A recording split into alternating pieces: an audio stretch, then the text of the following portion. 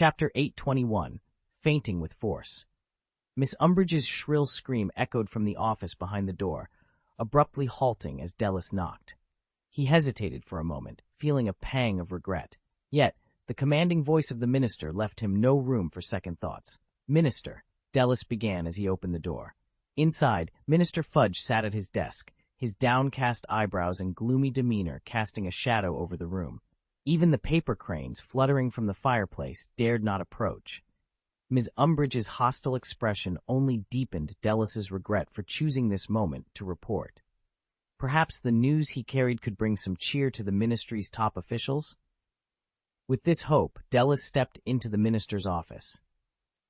"I hope you have information about the sender of that cursed package, Dellis," Fudge demanded, his voice a stark contrast to the warmth of Dumbledore's office at Hogwarts. The authority of the Minister of Magic was etched into Fudge's chubby face, making Dellis uneasy. "I'm sorry, Mr. Minister, Ms. Umbridge," Dellis stammered. "The Aurors are still tracking down the package's origin. You must understand, it takes time." The oppressive atmosphere in the office was suffocating, like the calm before a storm. Wizards like Dumbledore and Atticus Blaine might withstand the Ministry's authority, but Dellis felt overwhelmed. "I came to report something interesting," Dellis ventured. "Interesting?" Fudge interrupted, his patience wearing thin. His last shred of ministerial decorum kept him from shouting at Dellis to leave. Didn't this fool realize now was not the time for trivial matters? "Oh, it's not important," Dellis quickly backtracked, sweat beading on his stiff gray hair.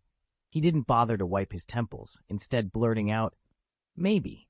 I mean, the students at Hogwarts violated the statute of secrecy, and one of them was Harry Potter." After much hesitation, Dellis finally revealed the key information, piquing the minister's interest. Even Ms. Umbridge, her expression fierce, turned her attention to him. "Harry Potter violated the statute of secrecy. This isn't new," Fudge remarked, his initial surprise fading. "That boy has done this before. He used a hovering spell in front of Muggles at his Muggle home. He even lost control and turned his aunt into a balloon when Sirius escaped from prison. But Dumbledore favors boys with rebellious spirits who treat the Ministry's laws as mere suggestions." As he spoke, Cornelius Fudge's anger resurfaced. Just because he's the boy who lived and has Dumbledore's protection, and now Blaine's, the Ministry must overlook his illegal activities. "I assure you, Dellis, if another boy behaved like this, even if he were Merlin's descendant, I'd have the Dementors prepare a cell for him in Azkaban." "I'm more interested in that," Dellis interjected, disappointed by Fudge's complaints.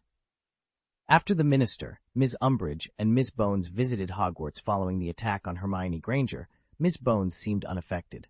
However, the minister and Miss Umbridge's sour expressions suggested they had been bested by Dumbledore and Blaine. Therefore, when he discovered that Harry Potter had broken the law, and he returned to report the incident with excitement, hoping to impress the minister. However, to his surprise, Minister Fudge showed little interest in his discovery. Fortunately, Miss Umbridge seemed intrigued. "What exactly did Harry Potter do, Dolith?" Miss Umbridge inquired warmly as she approached, her curiosity piqued.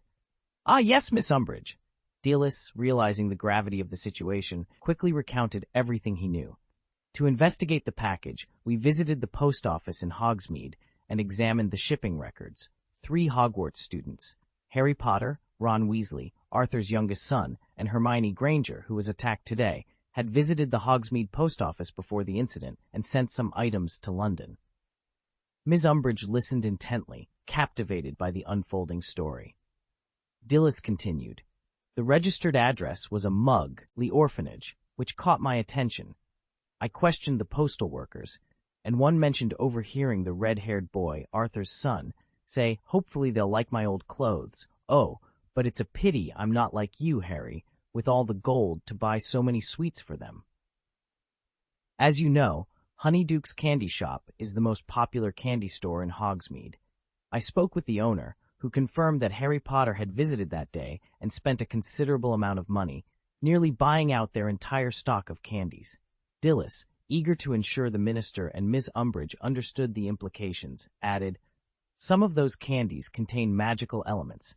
If they fall into Muggle hands, it could expose magic, violating the wizarding statute of secrecy."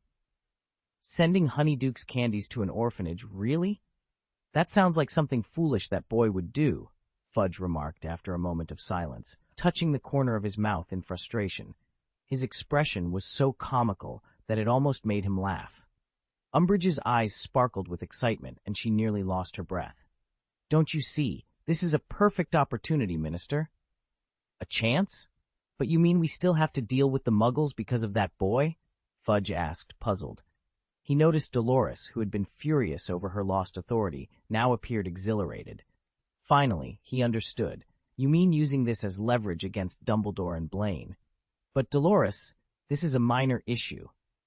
Umbridge glanced at the sullen Dellis, contemplating for a moment before deciding not to dismiss him. She suppressed her excitement and spoke in a persuasive tone. As I mentioned, Blaine and Dumbledore have been meddling in your decisions at the Ministry. They will only become more audacious, and we must retaliate. Direct confrontation isn't wise, but now we have a golden opportunity. Umbridge's excitement made her resemble a flushed toad, yet she remained oblivious to her grotesque appearance. Her voice dripped with malice. What if those magical candies caused more serious harm to Muggles? The gleam in Umbridge's eyes sent a shiver down Fudge's spine, and cold sweat formed on his forehead. He wanted to reprimand his steadfast assistant, but before he could speak, he recalled a few hours earlier in Dumbledore's office.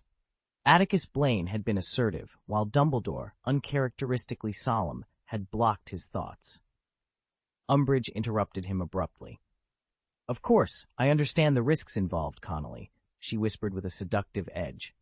But if we can eliminate the hidden danger this time, Dumbledore will have no choice but to submit to the Ministry of Magic's directives, and Atticus Blaine will be expelled.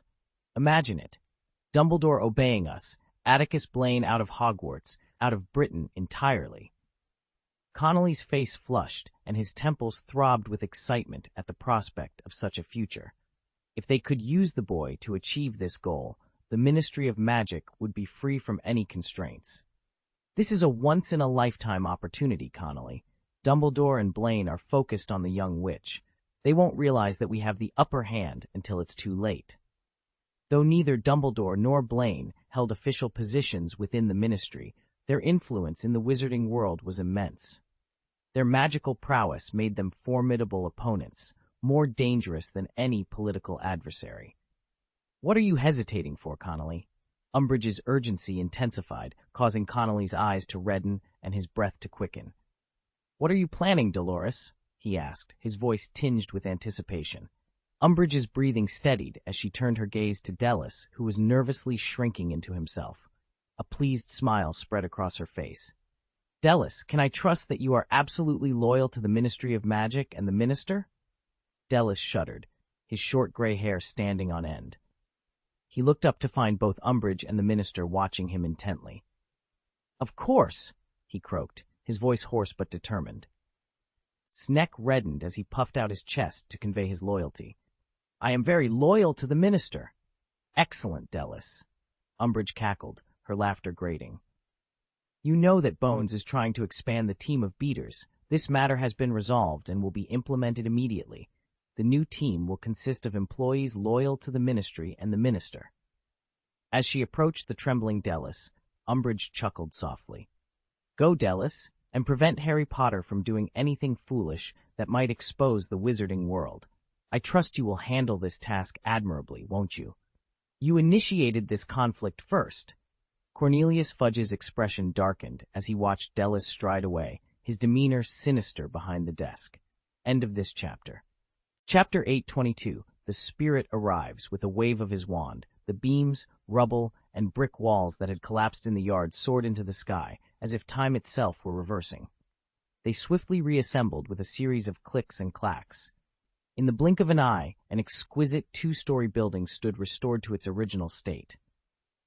As the strands of the Milky Way seemed to unravel from his temples, Dellis's eyes, once filled with resentment and fear, turned blank. Finally, he tilted his head and fainted. The bright moonlight was suddenly obscured by a rushing cloud, plunging the earth into darkness. On the balcony of the neighboring yard, a Muggle family, who had been admiring the moonlight, muttered in dissatisfaction. They rose, picked up their stools, and retreated indoors. Once their backs disappeared from view, Atticus Blaine flicked his wrist, raising his wand to levitate the unconscious Dellis back to his bedroom, then removed the barrier. A fresh, cool breeze flowed into the yard, dispersing the smoke particles that lingered in the air. Atticus took a deep breath, dispelling the gloom and murderous aura that surrounded him. After glancing at the glass bottle glowing with silver light in his palm, his figure vanished in a gentle ripple of air. "In trouble, Atticus?" Coincidentally, as Atticus appeared in front of the dusty glass display window of the red brick department store on the street where the entrance to St. Mungo's was located, Dumbledore, who was about to pass through the glass, seemed to sense his presence and turned his head. The deserted street was illuminated by a solitary lamppost. Dumbledore stepped back, and the next moment, Atticus emerged from behind the lamppost. "Your perception of magical changes is admirable, Headmaster Dumbledore," Atticus remarked with a polite nod, smiling as he approached Dumbledore, who stood with his hands folded over his belly. The vertical lines between Dumbledore's eyebrows hinted at his fatigue, and the clear pupils behind his half-moon glasses were not as vibrant as before. Clearly, the past 2 days of travel had taken their toll on him, yet Dumbledore, clad in a travel cloak, still managed a polite smile. "I'm sorry that an old man still has such a strong curiosity, but what has led you to battle, Atticus?" Dumbledore inquired. Atticus brushed the dust from his shoulder and joined Dumbledore's side. "Oh, I'm sorry, Headmaster Dumbledore, but this is a secret I cannot yet reveal." "Temporary?" Dumbledore's curiosity was piqued. "Temporary," Atticus confirmed, meeting Dumbledore's probing gaze with a slight purse of his lips. Dumbledore chuckled. "I wager, Atticus, if you were to write a book like Professor Lockhart, you'd surpass his success. You certainly know how to pique a reader's curiosity." "It's a chore to sit at a desk all day concocting stories. I'd much rather be out and about," Atticus replied cheerfully, gesturing for Dumbledore to lead the way through the hospital entrance. St. Mungo's was peaceful that night. The plump blonde witch at the information desk in the lobby on the first floor was sound asleep at her post, and the former headmistress of Hogwarts, Ms. Dellis Derwent, was absent from her portrait in the hall. It was unclear whether she was visiting elsewhere or had returned to Dumbledore's office. As they ascended the stairs, Dumbledore and Atticus passed through the double doors on the 5th floor, entering a narrow corridor lined with portraits of renowned healers. "So, how's your collection of Alice and Frank's memories going, Headmaster Dumbledore?" Atticus asked casually as they passed a ward from which the sounds of helpless cries emanated. "Are you certain that Augusta will agree to treat her son and daughter-in-law, Atticus?" Dumbledore inquired in the same tone. "If it were up to her, she might hesitate, but she definitely wants her grandson to enjoy the care and love of his parents." For some reason, Atticus Blaine's tone was awkward, but his expression quickly returned to normal. "You're right, Mr. Rowe. Longbottom definitely wants his family to be reunited." Dumbledore blew his nose, looking a bit sad. "Memories. Very good, Atticus. Augusta contributed memories of Frank's childhood. As for Alice, her parents have passed away, but I found a Muggle neighbor who watched her grow up. They kindly shared what they knew about Alice's past. When Minerva, Phileas, Pomona, and Hagrid heard about this, they were more than happy to share their impressions of Alice and Frank. I also tracked down their old roommates. Naturally, I provided some stories from their time at school and with the Order of the Phoenix. Sirius and their relatives, especially Neville's uncle and aunt, who have been caring for them at St. Mungo's Hospital, were eager to help. I didn't have to convince them at all. When they heard the news, they enthusiastically shared everything they knew and implored me and you to help Frank and Alice." Dumbledore smiled. "The only thing I had to convince them of was to wait for the good news at home. Otherwise, the homes of the Longbottom family and their friends would be overflowing at St. Mungo's Magical Hospital." "It's touching," Atticus whispered. "The sacrifice of the Longbottoms has not been forgotten." Perhaps satisfied with Atticus's statement, or pleased that Atticus didn't seem overwhelmed by the task, Dumbledore spoke in a lighter tone. "Yes, they provided memories of Frank and Alice at various stages of their lives. Of course, we'll never know everything they experienced, but I believe what I've collected is quite comprehensive." They arrived at the ward of Mr. and Mrs. Longbottom and peered through the observation window on the door. The Longbottoms lay in their respective beds, and their only son, Neville, was sleeping soundly at the edge of his mother's bed. Several lounge chairs were scattered around the room, occupied by Mrs. Longbottom, Sirius, Tonks, and even Hermione. "I thought Miss Granger would be eager to return to Hogwarts to meet her two best friends," Atticus remarked, a bit surprised. "Clearly, she's also waiting for good news," Dumbledore smiled, the fatigue from the past 2 days of running around quickly fading from his face. He looked as energetic as ever. "So," Dumbledore looked at Atticus, "when are you going to start, Atticus?" "As you wish, Headmaster Dumbledore." Atticus replied with a gentle smile. "We'll start now. If everything goes well, they will see a completely different Mr. and Mrs. Longbottom when they wake up tomorrow morning. I'm looking forward to Neville's surprised expression." "Oh, that's truly exciting." Dumbledore smiled and nodded. Quietly, Frank and Alice Longbottom floated up from their hospital beds without making a sound. "We need a ward." "Well," Atticus pondered, "let's use Hermione's hospital room." The nurses and therapists who occasionally passed by the ward had already witnessed this scene, and some of the portraits on the walls were peeking as well. However, under Dumbledore's signal, they all remained calm, watching with great anticipation. His eyes followed them as they entered a dimly lit ward. Dumbledore waved his wand, causing the only hospital bed in the room to double in size. Then, he looked around solemnly. The magic infused into the walls caused them to ripple softly like water waves before settling back into place.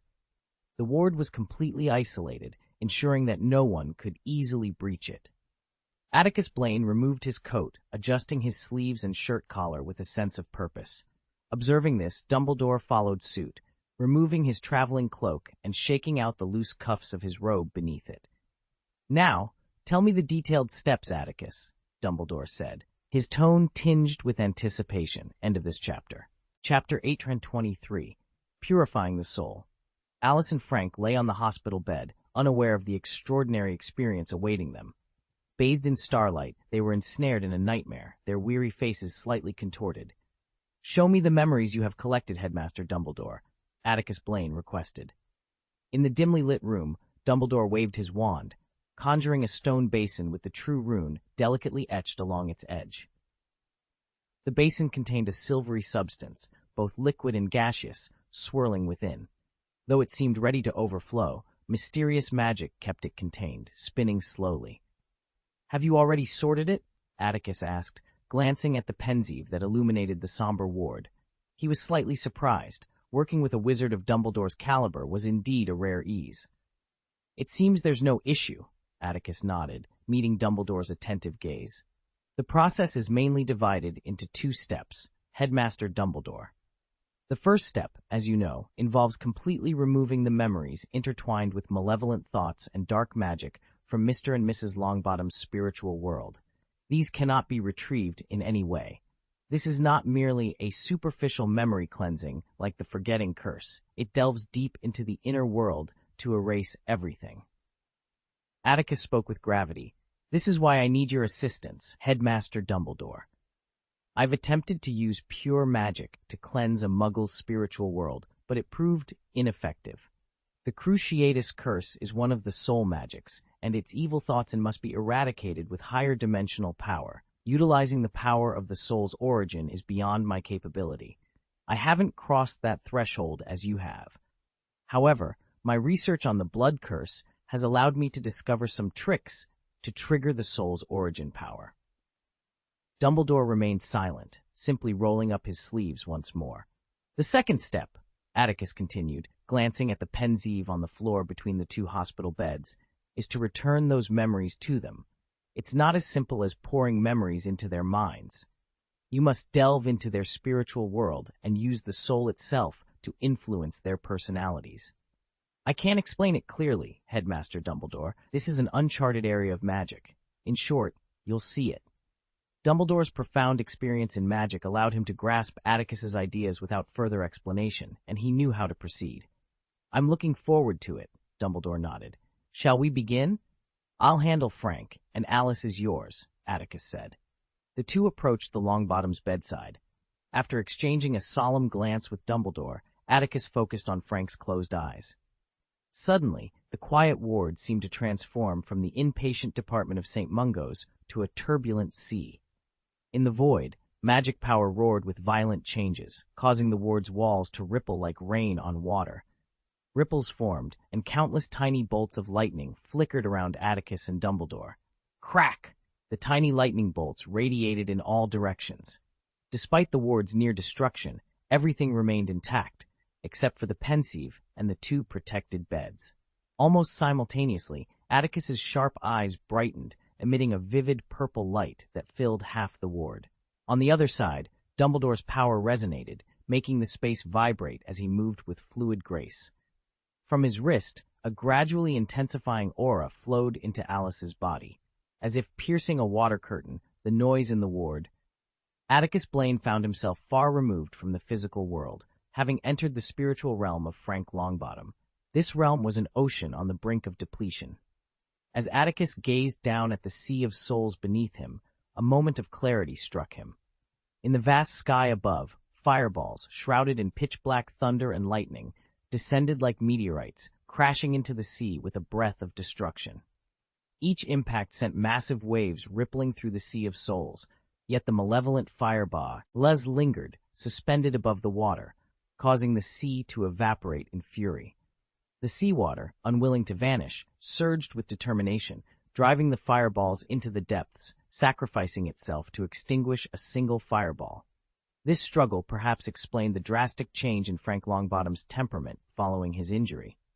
Atticus surveyed the harsh spiritual landscape, filled with anger and malevolent thoughts, silently lamenting the task ahead, to purify this place and dismantle the remnants of Frank's personality. "Say goodbye to the past, Frank. You will have a new life," Atticus murmured. His form gradually blurred and then vanished entirely. As Atticus disappeared, Frank's turbulent inner world convulsed violently, as if an immense, invisible force was approaching, its gravity shaking everything. In this moment, a pure white light emerged above the nearly desiccated sea of souls. The light was gentle, not blinding, yet it incited fear in everything that existed within the spiritual realm. The ominous sky grew restless, and fireballs emerged from the void with a sharp whistling sound. These fireballs no longer targeted the ocean, but instead surged toward the new life suspended in the air, a milky white halo. Simultaneously, the sea of souls aflame rose up, sending magnificent waves skyward to crash against the halo. However, just as when Atticus first entered Pastori's inner world, pure spiritual and magical power could not eradicate the malevolent thoughts that plagued the spiritual realm and tainted the soul's surface. These thoughts, intertwined with memories, were powerless against higher-level forces, and the spontaneously acting sea of minds could not interfere. The apocalyptic scene shook the spiritual world, attempting to erase the white halo that seemed to belong to another realm, but to no avail. The halo continued to grow, evolving from a nascent light spot into a mature, moon-like disk. Within the milky white aperture, a form emerged. It was difficult to describe Atticus's form at this moment. He was no longer human, but composed of substantial light, a golden serpent with black and white wings and a head resembling a dragon or snake. He appeared akin to his Patronus, a magical creature of immense power originating from the mysterious East, now extinct. Slowly, Atticus opened his purple eyes and twisted his body, an awkward movement. Despite this being his second transformation, he still struggled to control this form. After much effort in a timeless spiritual world, Atticus finally unfurled his coiled body. He gazed upon the doomsday-like spiritual realm, his pure purple eyes unperturbed, embodying a peace unshakable by anything. With a gentle exhalation, the serpent flapped its wings, releasing an invisible yet tangible airflow. This breeze brushed against the fireballs, the ocean, and even the dark hues of the space itself, transforming the chaotic landscape. The world completely vanished, transforming into a pristine white, much like an eraser sweeping across a pencil sketch or a blank sheet of paper. This relentless airflow swiftly traversed every corner of the boundless spiritual realm. Wherever it passed, it purified everything, leaving no trace behind. The once dim world became almost transparent and bright to the naked eye. However, this exertion seemed to take a toll on Atticus Blaine. His body curled up once more, fatigue evident in his flawless purple eyes, and he even let out a yawn. The rest of his form began to blur, as if he was eager to succumb to a deep sleep. Unlike the usual ebb and flow, both the soaring snake and the embers that had tainted the spiritual world were growing weaker. As the last speck of dust in this immaculate spiritual realm dissipated, the snake vanished, and Atticus, lying in the ward, opened his eyes. End of this chapter. Chapter 824, Soul Chapter Gallery. As the familiar scene of the ward unfolded before him once more, Atticus Blaine felt a sudden wave of exhaustion wash over him, compelling him to lie down and succumb to sleep. Just as he was about to collapse, a firm hand grasped his arm, steadying him. "Thank you," Atticus murmured, blinking hard to focus on Dumbledore, who had completed his task at some point. Frank is a wizard. Erasing everything in his spiritual world is more challenging than with Pastor's muggle mind. It demands greater soul power. My soul isn't as resilient as yours. There's no need for modesty, Atticus. At your age, I couldn't do half of what you can, Dumbledore replied, his brows furrowed with fatigue, making him appear years older. Despite Atticus's evident weakness, Dumbledore seemed in better shape, though he was slightly out of breath. Atticus smiled. "And just like the dormant magic within me, a resilient soul doesn't allow me to cause more harm than you." "The same goes for you, Headmaster Dumbledore," Atticus said, retrieving a prepared potion from his pocket.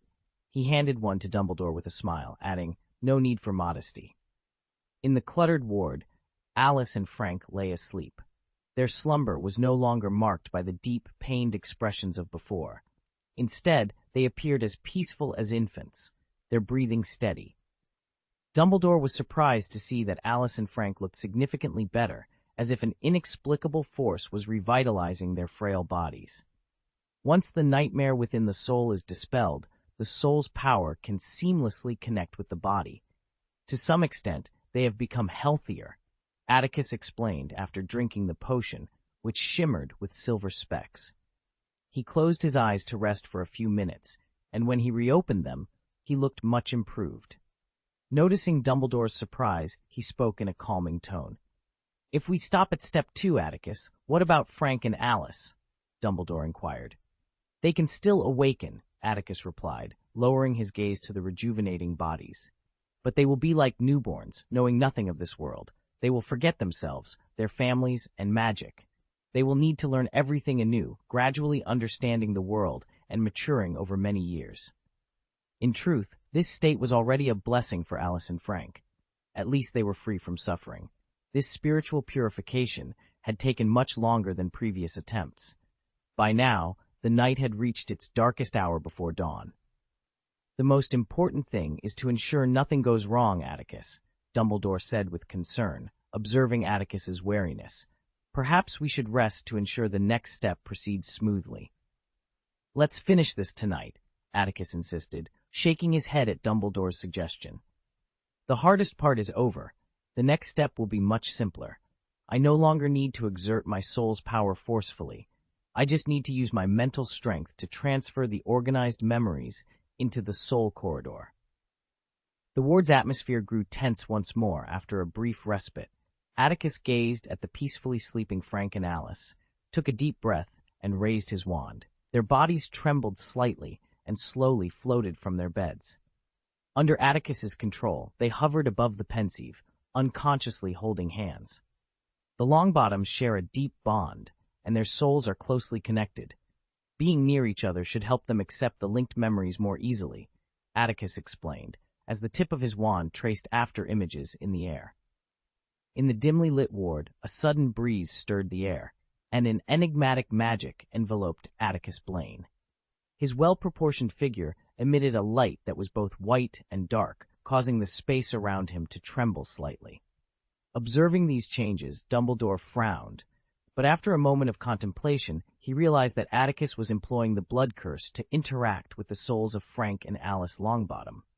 As expected, beams of light surged into the Longbottoms' bodies, initiating a subtle transformation. A ghostly, translucent substance, reminiscent of a memory in a gas-liquid state, began to merge with their forms, causing their outlines to ripple gently. "Professor Dumbledore," Atticus called out, snapping Dumbledore from his reverie. As Dumbledore swiftly raised his wand, the memories within the Pensieve surged upward. In a matter of seconds, these memories, resembling a galaxy of countless stars, broke free from the Pensieve's confines and fragmented into distinct streams of light in midair. Without needing further prompting, the light in Dumbledore's blue eyes sharpened. Together with Atticus, they summoned their patronuses, channeling their thoughts into them. The ancient snake and phoenix soared into the air, each grasping a silver stream of light in their mouths, before diving toward Alice and Frank, who were enveloped in a silvery mist. It felt as though they were navigating a swift underground river, the resistance far greater than Atticus and Dumbledore had anticipated. Yet, the mental fortitude of the two wizards surpassed that of the newly reborn Frank and Alice.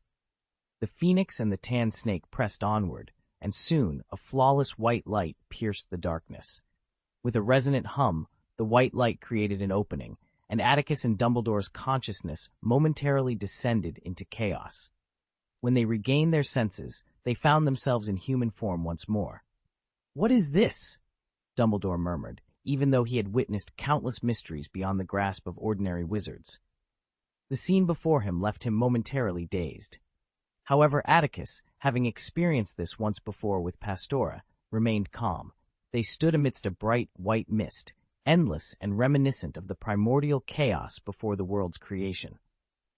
In the distance, yet seemingly close, a massive light source emitted a warm glow, though it remained shrouded in haze. As Dumbledore pondered how to reach it, the surrounding mist parted, revealing a straight white path beneath their feet. "Oh, this is remarkable," Dumbledore remarked with admiration. "If I'm not mistaken, we are exploring the mystery of death?" "I call this place the Corridor of Souls," Atticus explained. "I believe it is the passage between the soul and the body, with the light source possibly being the origin of the soul." Gazing at the gentle light, Dumbledore mused thoughtfully. "It appears to be a passage. What do you think would happen if we ventured through it?" "This is the most enigmatic realm of magic," Atticus speculated. "No one can provide a definitive answer. If we're optimistic, perhaps our consciousness here will be assimilated or dissolved, but more likely we would find ourselves on the path to death. Is that so?" Dumbledore chuckled softly. "It's amusing. Instead of suffering a fatal blow, we might simply walk into death." Atticus turned to look at Dumbledore and noticed a glimmer of longing in his clear blue eyes. Was it a yearning for death, or perhaps for liberation? End of this chapter. Chapter 825, The Wheel of Life. Death is not the end, but the beginning of another journey. This statement holds a deeper meaning in the mysterious East, where people believe in reincarnation. They hold that after life ends, the soul is reborn, embarking on a new journey. Atticus Blaine noticed Dumbledore's gaze upon him. The headmaster, still fixated on the glowing aperture, wore a complex expression. His voice, once clear, now sounded aged and weary. "Do you think that's possible, Atticus?" Atticus withdrew his gaze, remained silent for a moment, and then nodded. "Yes, I do." His certainty left Dumbledore momentarily stunned. He looked at Atticus with a calm expression, unsure who was closer to understanding death. Yet, he refrained from questioning Atticus's conviction, instead musing with a hint of confusion. "Really? A new life is a wonderful and beautiful concept. Do you think it's truly possible for us to see those departed souls again?" Atticus understood Dumbledore's underlying sentiment, much like Snape, who harbored regrets he couldn't release. "It's hard to say, Headmaster Dumbledore," Atticus replied after a thoughtful pause. "The world we inhabit is not the center of the universe. There may be countless worlds in this vast cosmos, each teeming with life. The soul doesn't solely exist on Earth, where we coexist with Muggles. The reincarnation of the soul is a transcendence for us, who seem so small against the vast universe. It's a shortcut to the infinite sea of stars. Thus, the souls of those who have passed may be near us, or they may be separated by the sea of stars."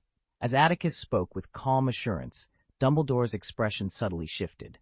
He regarded Atticus as if seeing him anew.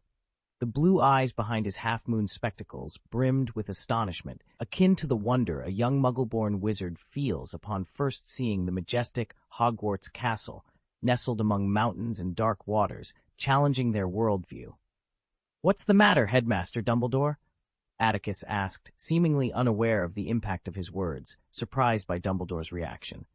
A storm brewed within Dumbledore as he gazed deeply at the remarkable young wizard beside him. The term outstanding no longer sufficed to describe Atticus's brilliance.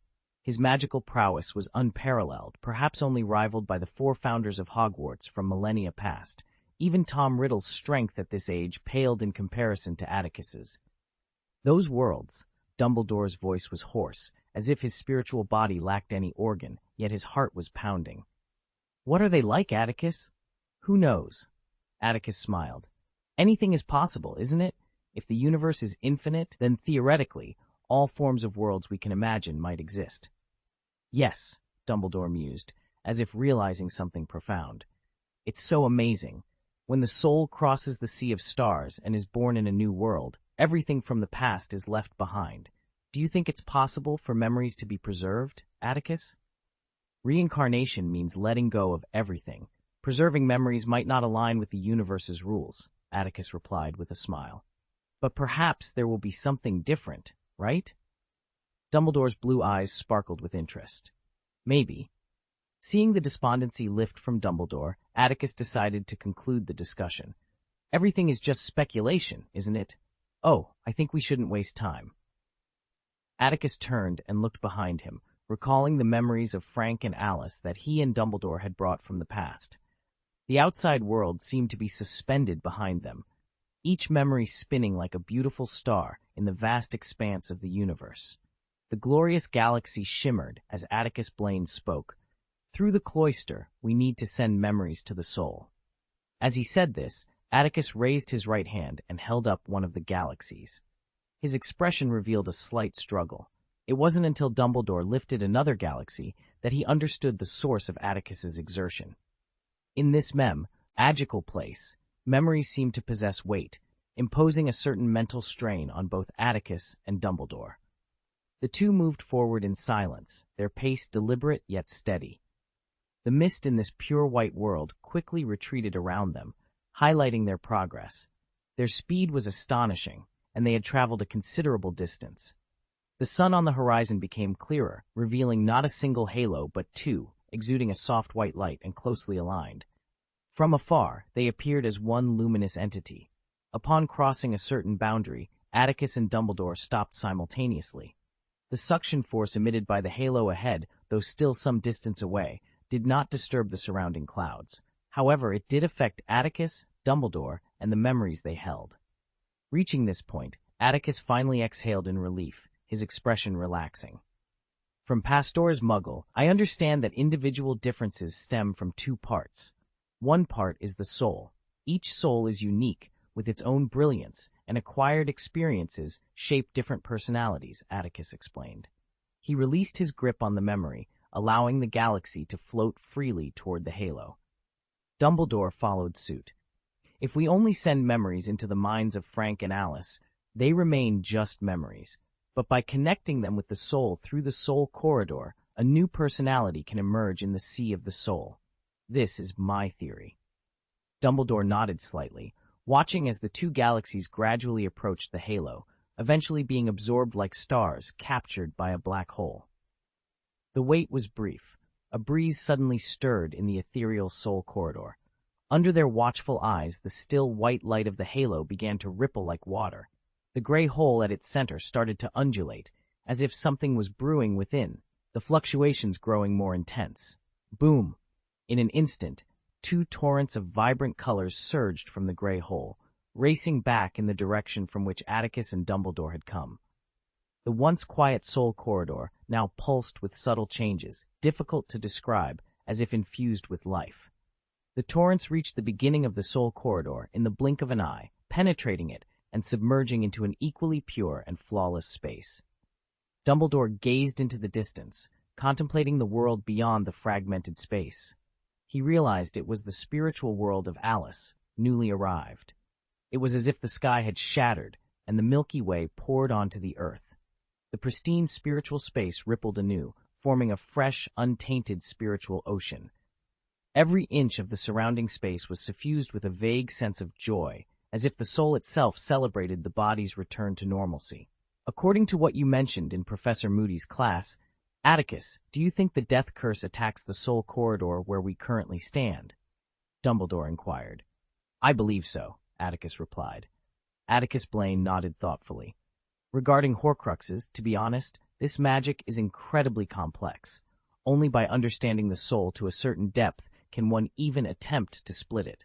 He paused, reflecting on the gravity of such magic. Voldemort will never realize what he sacrificed. Dumbledore glanced around the vibrant soul corridor, his eyes twinkling with satisfaction. It seemed as though the expansive sea of souls was rekindling the subject's consciousness. Let's proceed, Dumbledore said with a warm smile. Alice and Frank must have many questions waiting for us to answer. End of this chapter. Chapter 826. A family. As dawn broke in the east, the warm spring breeze began to stir the sleeping city awake. The origins of St. Mungo's Hospital for Magical Maladies and Injuries are shrouded in mystery, with its founding attributed to Mungo Bohan sometime in the early 16th or 17th century. Initially, it was a modest establishment consisting of just 2 old brick buildings and a handful of staff. However, Bohan's exceptional healing skills quickly earned the hospital a stellar reputation, attracting more and more like-minded wizards to join his team. As word spread, people traveled from far and wide to seek treatment for injuries and ailments caused by magical mishaps. The testimonials of these grateful patients helped St. Mungo's reputation to flourish throughout the British wizarding community. The hospital expanded rapidly and was eventually recognized by the Ministry of Magic, earning the prestigious holy name.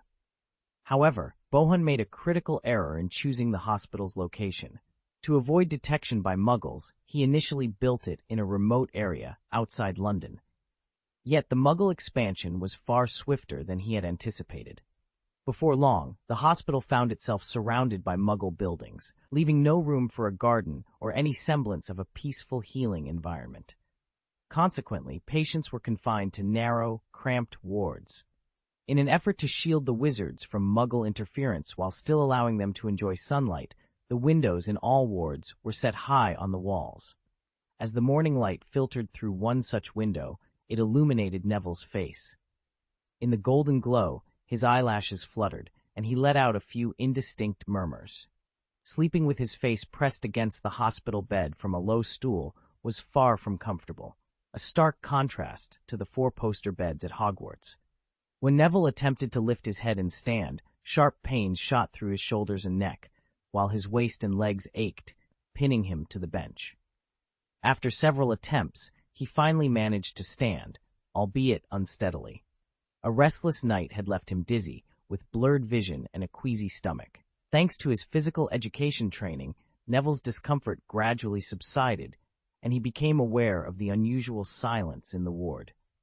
Blinking hard to clear his vision, he was startled to find the bed in front of him empty. "Mom," he exclaimed, panic rising in his voice. He spun around to check the other bed, only to find it empty as well. Aside from his grandmother, Professor Black, who had insisted on being there for his parents' treatment, the female Auror named Tonks and Hermione were also absent from the ward. Clang! After a moment of stunned silence, realization dawned on Neville. In his haste, he knocked over the bench and leaped from his mother's bed, rushing towards the door with a pale face. Yet, as his hand touched the cool door handle, he recoiled as if burned, taking several steps back. He stood there, staring at the closed door, his mind racing. Neville's pale lips moved silently, the only sounds in the ward being his heavy breathing and the pounding of his heart. Would it succeed? Uncontrollably, his arm trembled at his side. Even if it failed, he had nothing to fear. His parents would still be there for him. Even in their unconscious state, he could see the infinite love in their clouded eyes. He never felt that his father's or mother's condition was a burden. He still had a family, albeit imperfect. But what if the outcome was even worse? No one, not even his grandmother, knew that he had been secretly studying papers on the Cruciatus Curse. Each article was obscure and filled with professional jargon he had never encountered. He couldn't understand them at all. The depth of these articles and the centuries of effort by brilliant therapists to solve the global problem of the Cruciatus Curse without any breakthrough filled him with panic and regret. It was after consulting him that his grandmother decided to let Professor Dumbledore and Professor Blaine attempt treatment. If anything went wrong, he would never forgive himself for his selfishness. In the warm room, Neville felt a chill that seemed to freeze his very soul, colder than Hogwarts at Christmas. He stepped back, staggering, and slumped onto his mother's hospital bed, covering his face with his hands, his shoulders shaking slightly. Suddenly, a fragrant aroma wafted into his nostrils, pulling him from his spiral of self-blame and panic. On the small cabinet beside his mother's bed was a dinner plate. It held oily sausages, fried bacon, golden potato cubes sprinkled with fine salt, crispy Danish rolls, and a hot cup of soybeans in tomato sauce.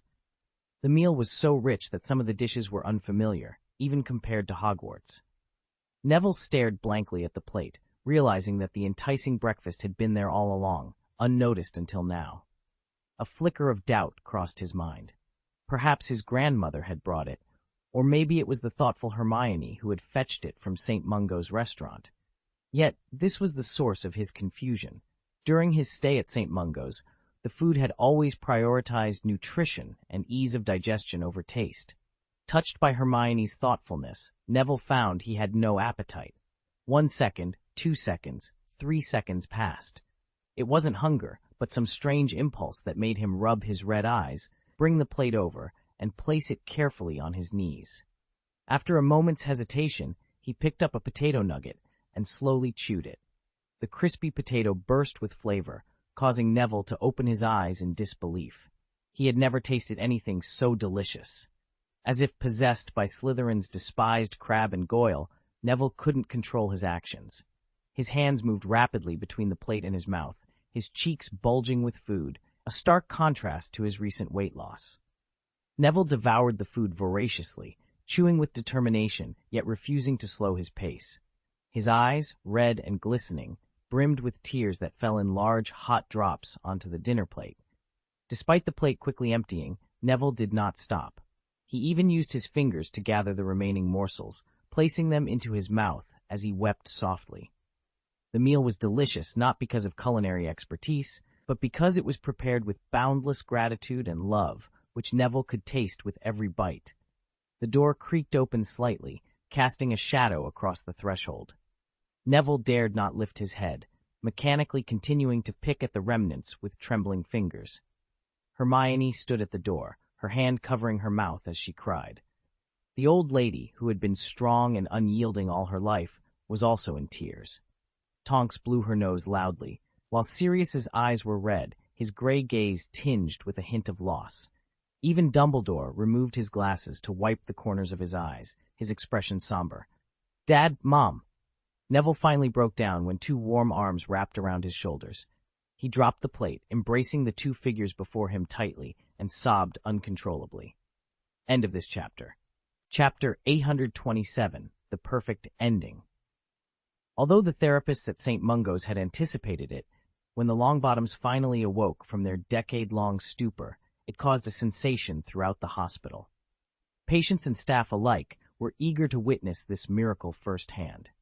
Throughout the morning, the Longbottoms, along with their son, who was still studying at Hogwarts, received a steady stream of congratulations. Some even suggested contacting reporters from the Daily Prophet in Diagon Alley to publicize the event. This idea gained traction, but was ultimately halted by Dumbledore. "Please don't do that, Cetereth," Dumbledore gently advised a short elderly man clad in a therapist's green robe. "I've already emphasized that Atticus and I cannot widely promote Frank and Alice's treatment. If the Daily Prophet publicizes this, Hogwarts will be overwhelmed with families seeking similar miracles." "People will find out eventually, Albus." Cetereth, a respected figure among the therapists, retorted with some frustration. "This is an epoch-making achievement. The magical community deserves to know about the miracles you've accomplished. You and Blaine should have your chocolate frog cards printed with this great feat. Sir Merlin should award you both a first-class medal, perhaps a whole oak barrel's worth." Dumbledore chuckled, his silver beard fluttering. "It sounds appealing, but I'm quite certain neither Atticus nor I seek fame."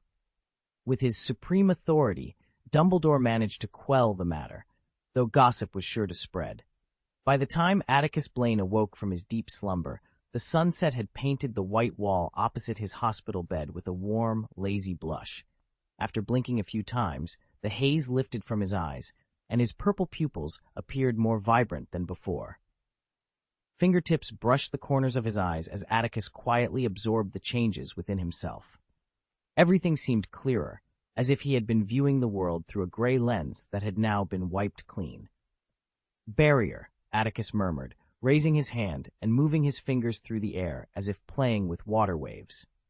Astonishingly, the light streaming into the room twisted and followed his fingertips like solid threads. Like a child with a new toy, Atticus watched with fascination, manipulating the air.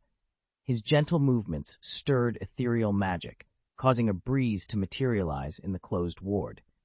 Realizing something, Atticus's gaze fell on the toothbrush cup by his bedside. Without reaching for his wand, he simply pointed his fingertips at the cup and gave a slight shake. Suddenly, the sky-blue cup began to tremble, and in a rapid, spinning phantom, transformed into a small white snake as thick as a thumb. The lifelike little snake coiled up, then sprang towards Atticus. In midair, its tail wrapped around his wrist, forming a bracelet. Its vertical pupils blinked affectionately at Atticus. "Interesting," Atticus mused with a smile. "The growth of soul power directly enhances spiritual power. Perhaps one day I can completely forgo the wand." After playing with the little snake for a while, Atticus spread his hands and looked at it. "Go ahead." The little white snake hesitated, showing a hint of reluctance. After circling his wrist a few times, it obediently released its grip.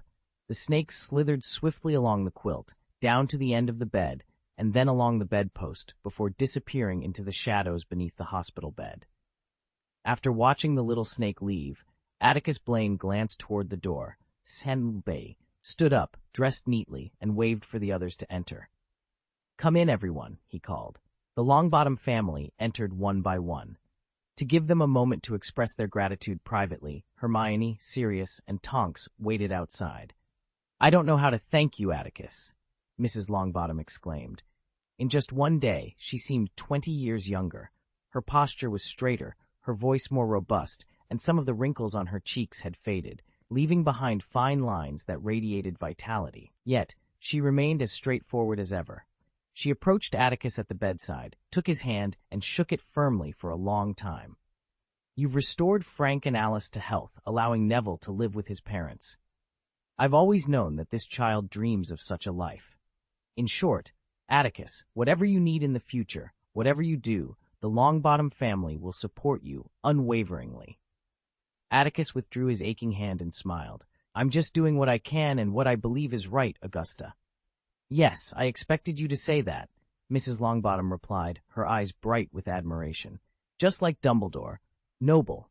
But as I said, the Longbottoms will always have your back, as long as you don't plan on becoming the Dark Lord."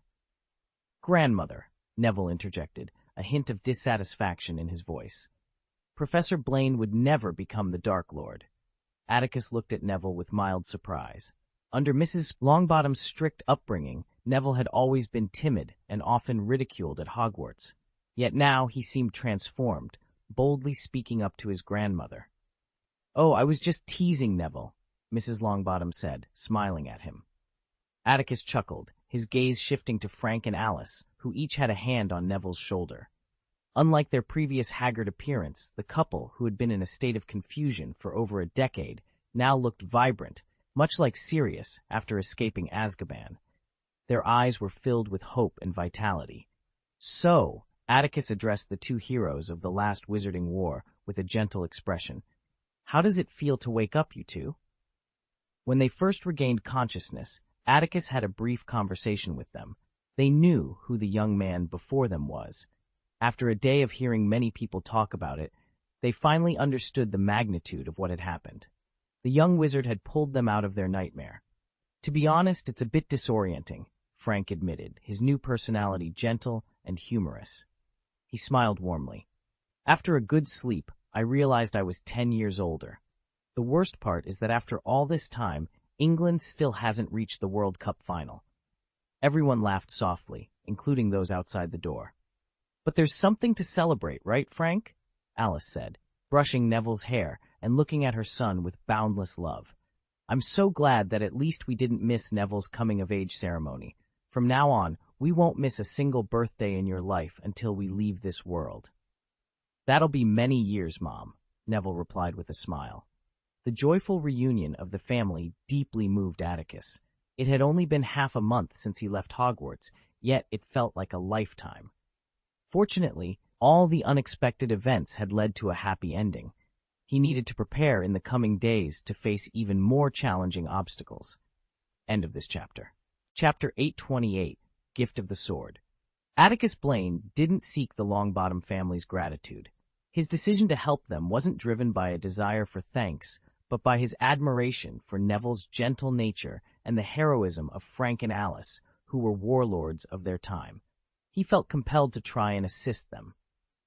Atticus had already received ample rewards from this endeavor, and with Voldemort's return to the magical world, opportunities to enhance his strength were becoming increasingly scarce. So, Atticus said, looking at the Longbottoms with a gentle expression, "What are your plans now?" Frank and Alice exchanged a glance before Frank replied, "Thanks to you and Albus, Alice and I have the chance to return to this beautiful world. We plan to explore and see how the magical world has changed over the past 10 years. But first, we'll follow the doctor's advice and recuperate at St. Mungo's for a while. Our bodies aren't ready for travel just yet." "Would you like me to help you apply for a leave of absence from Hogwarts, Neville?" Atticus asked with a smile. "You could spend some time with your parents." Neville shrugged. "Oh, I'm afraid convincing Professor McGonagall to give me a long leave won't be easy, Professor Blaine, but I can't return to Hogwarts just yet." Atticus was taken aback by the calm and confident young man before him. In the past, Neville had always been timid, burdened by his insecurities, but now he had shed that layer of doubt and was shining brightly. Atticus had a feeling that Neville would surprise everyone in the future. "How so?" Atticus inquired, admiration in his eyes. "Is there something else troubling you, Neville?" "My wand, Professor," Neville confessed openly. "I've been using my father's wand, as my grandmother insisted. She hoped I would inherit his talent and bravery, but clearly my abilities don't align with that wand." Frank tousled Neville's hair with a smile. "Don't be silly, son. You're better than I ever was. It's the wand that's holding you back." "All right," Mrs. Longbottom interjected, sounding slightly displeased but smiling nonetheless. "I apologize, Neville. I shouldn't have forced you to use your father's wand based on my own wishes. You and your father don't need to beat around the bush to complain about me." Amidst the light laughter, Alice embraced Mrs. Longbottom, followed by Frank and Neville. Although Mrs. Longbottom appeared impatient, she stood still, accepting their affection. "Ah, so that's it," Atticus chuckled. "When you were practicing spells in my spiritual world, I noticed your magical and spiritual powers were on par with other young wizards, but you struggled to control your magic. Now I understand why. I bet I'm not the only professor who's been puzzled by my clumsiness," Neville said with newfound confidence. "But I'm sure things will change once I get my new wand." Frank, Alice, and Mrs. Longbottom looked at Neville with pride, while a brilliant idea suddenly sparked in Atticus's mind. "That's it," Atticus said after a moment of thought, turning to the Longbottom family. "May I speak with Neville alone?" Frank and Alice had been eager to accompany Neville to buy a new wand, but Atticus's request interrupted their conversation, leaving the family puzzled. "It will only take a moment," Atticus assured them with a smile. He certainly didn't intend to discuss Neville's school grades. Though confused, the Longbottom family didn't refuse his request. Atticus Blaine's request was clear. As they swiftly exited the ward, Liz thoughtfully closed the door behind them. The once cozy room now fell into a serene silence. Neville, filled with curiosity and respect, looked at Professor Blaine, eagerly awaiting his instructions. "After hearing about your plans to change your wand, I had an idea, Neville," Atticus began, speaking slowly as he pondered his thoughts. "You might see this as a path more suited for you, or perhaps just an experiment on my part. Truthfully, I see great potential in you, Neville." Neville blinked, choosing to remain silent and attentive. However, his composure faltered when he saw Professor Blaine retrieve a sword with a gleaming silver blade from a cloth bag. Neville's eyes widened in astonishment. He knew Professor Blaine wasn't going to harm him. There was only one possibility. The sword was meant for him. But why a sword when he needed a wand? His surprise deepened as he shifted his gaze from the exquisite silver sword to Professor Blaine, now truly in need of an explanation. "You understand, Neville?" Atticus said, appreciating Neville's newfound sharpness. "I guessed you intended to give me this sword," Neville admitted frankly. "But I don't see its purpose, Professor, unless you want me to become a knight.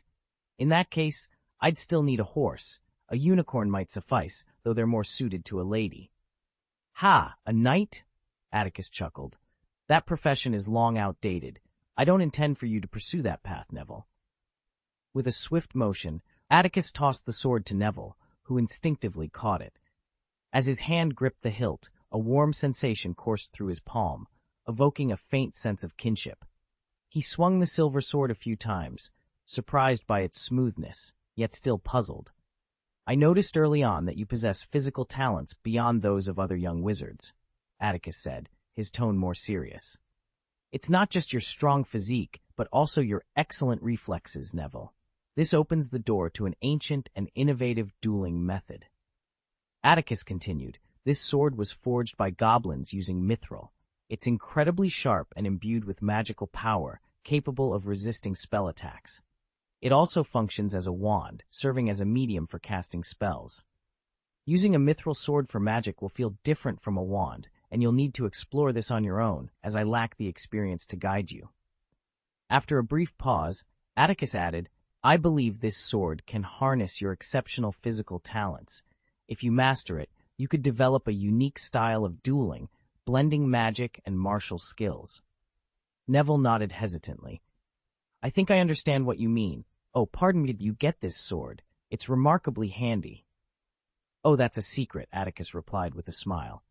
"But I believe its original owner would want it to be passed down to a true Gryffindor." End of this chapter. Chapter 829, Countdown.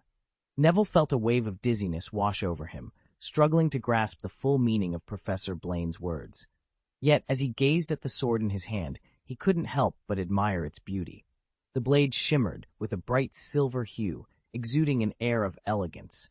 Mysterious, flowing light danced along its surface, hinting at extraordinary power. The hilt was adorned with intricate, magical inscriptions, reminiscent of fairy craftsmanship. Neville swung the sword through the air a few times, leaving a thin, half-moon-shaped silver glow lingering momentarily. Inspired, he raised the sword again. "Expelliarmus!" "Oh, get out of the way!" he shouted. A red halo suddenly enveloped the silver blade, racing towards the tip like a meteor before striking Atticus Blaine, who stood directly opposite. Neither of them anticipated such immediate success. Neville's eyes widened in horror, and he let out a scream. Atticus, eyebrows raised, reacted swiftly. With a flick of his fingers, a clear, spring-like magic barrier materialized in front of him, narrowly intercepting Neville's disarming spell. Boom! The low roar of the spell's impact filled the air, scattering red sparks like stars across the sky, a breathtaking sight. The force of the broken curse sent a strong wind that caused Neville to stagger backward. Even in front of Atticus, the magic barrier rippled fiercely. Once Neville regained his balance, he opened his mouth to apologize, but the words caught in his throat. His face turned pale, and his legs gave way, causing him to kneel and pant heavily. "Impressive power," Atticus remarked, brushing his fingertips over the cracks in the magic barrier. He noticed Neville's weakened state. Mithril weapons allow magic to flow more smoothly, but they demand precise control. You'll need more practice. Until then, a wand that suits you is essential for your studies. Dispelling the barrier, Atticus approached Neville and helped him to his feet. Neville, who had been about to apologize, was now captivated by the silver sword, admiration evident in his eyes. "Are you pleased with it?" Atticus asked with a smile. "Oh, absolutely. It's an amazing sword," Neville replied enthusiastically.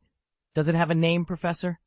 "That's a good question," Atticus mused, observing the sword's gentle tremor. It seemed to resonate with excitement, as if recognizing a worthy wielder. It had never behaved this way in his own hands, a clear sign of its preference. Atticus smirked inwardly. "I never named it, but you could call it the Sword of Gryffindor if you like." Neville, his gaze fixed on the blade, paused in surprise.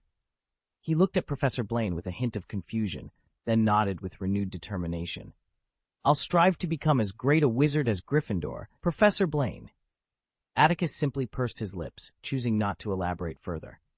When the Longbottom family returned home, they were taken aback by the sight of Neville holding a sword with an unmistakable elven design. However, they wisely refrained from asking questions, sensing that Atticus preferred not to explain. Otherwise, he wouldn't have allowed them to leave the ward without further discussion. Has Headmaster Dumbledore returned to Hogwarts? Atticus inquired after summoning Sirius and the others. Upon receiving confirmation, he nodded. I shouldn't delay any longer. I need to return to Hogwarts immediately. There's much to be done, Atticus Blaine said, glancing at Hermione. Oh, I thought you'd be eager to head back to school with Dumbledore, Hermione. Hermione's lips tightened, and a hint of sadness flickered in her eyes. With Neville's parents having returned to normal, she had planned to return to Hogwarts with Headmaster Dumbledore.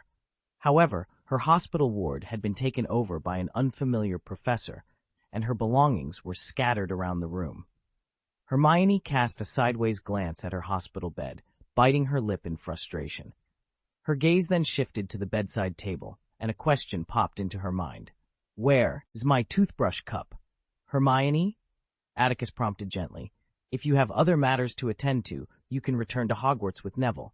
But if not, I suggest you come with me and head back to school as soon as possible. After all, you might not find much relaxation here. Oh, okay, Hermione replied, hesitating for a moment before taking a deep breath. I'll go back with you, Professor Blaine, but I need to pack my things first. Of course, that's no problem, Atticus replied.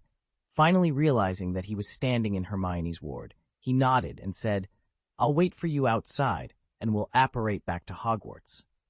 I also have something to tell you, Atticus, Hermione began, but her words were interrupted by the bustling activity in the corridor. Since Dumbledore and Blaine were unwilling to disclose their secret method for curing the mental damage caused by the Cruciatus curse, the healers at St. Mungo's had to keep a close watch on Frank and Alice. Under the pretense of monitoring their physical condition, they scheduled numerous examinations for the couple, almost every 2 hours. Neville and Mrs. Longbottom accompanied Frank and Alice, surrounded by a group of doctors and nurses, as they were taken to the examination room equipped with special alchemical instruments. Tonks had also been sent away by Sirius on some pretext. 2 figures stood at the end of the corridor. What happened? Atticus asked calmly. There's a rumor from the ministry, Sirius said, his expression serious as he lowered his voice. You know, Barty Crouch has been exerting a lot of pressure in the ministry and isn't very popular, but since he took sick leave, the ministry's efficiency has plummeted. Coordination between departments is a mess, and many employees are disgruntled with the leadership. Atticus nodded slightly, his focus sharpening.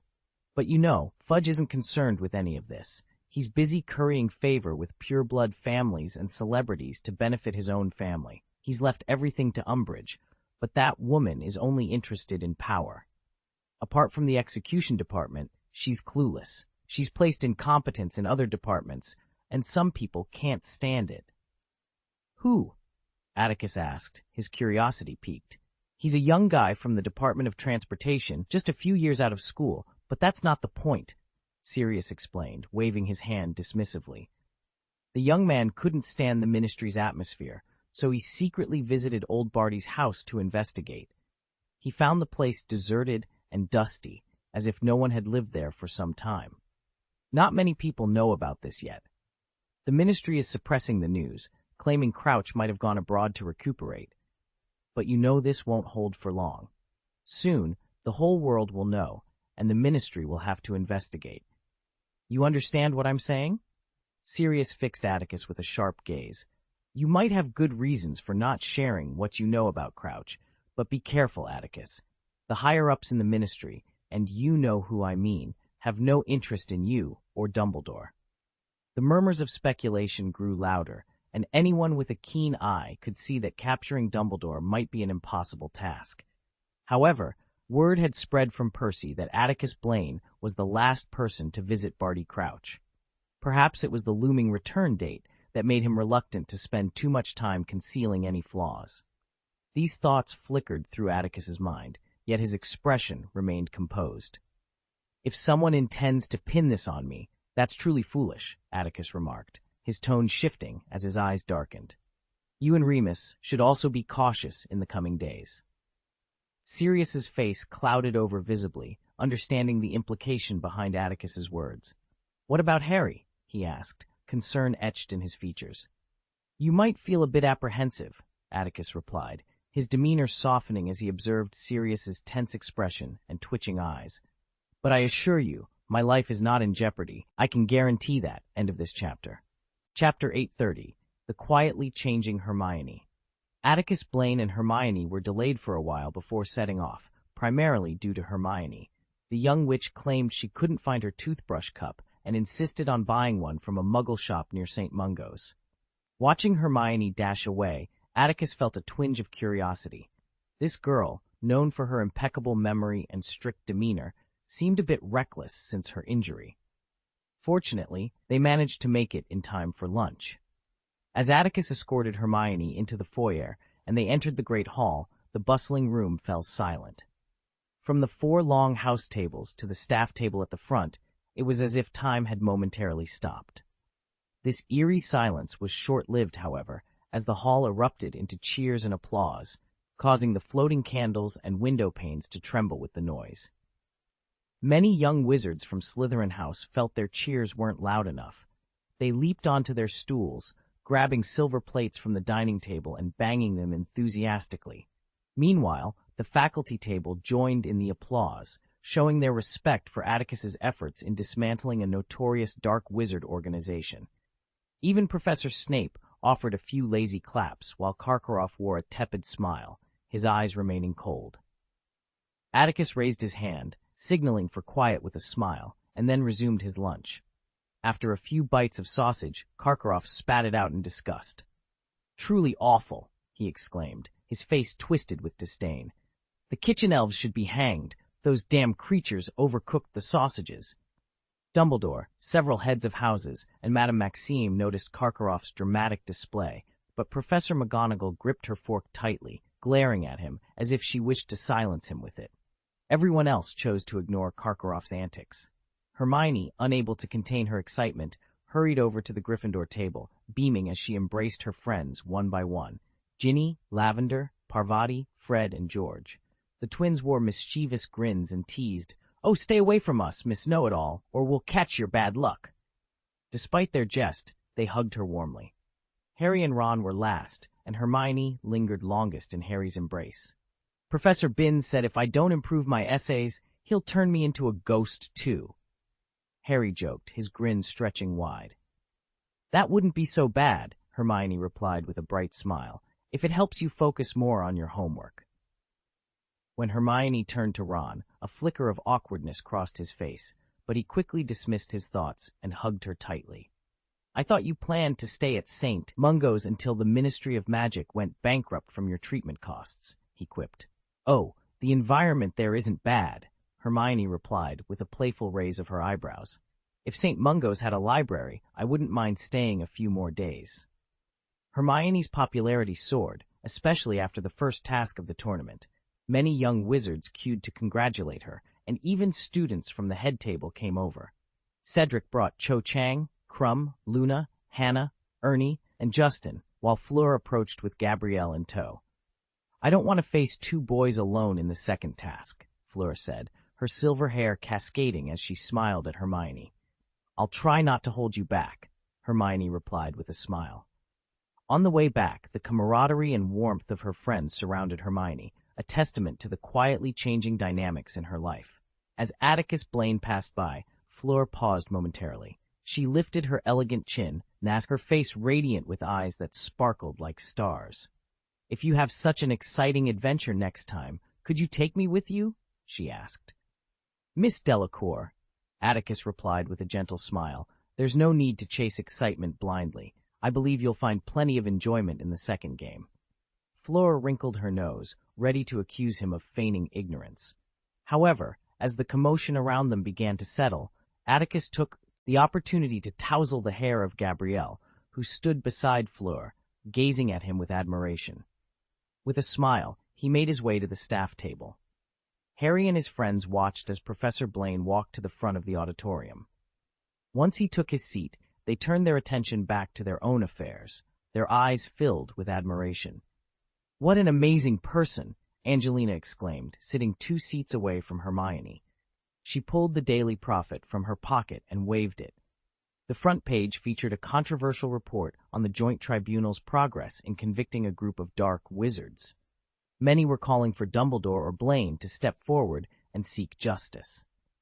The collection of reports and articles about Professor Blaine in the Daily Prophet over the past 2 years could be thicker than a history of Hogwarts, Hermione, Angelina remarked, turning to Hermione.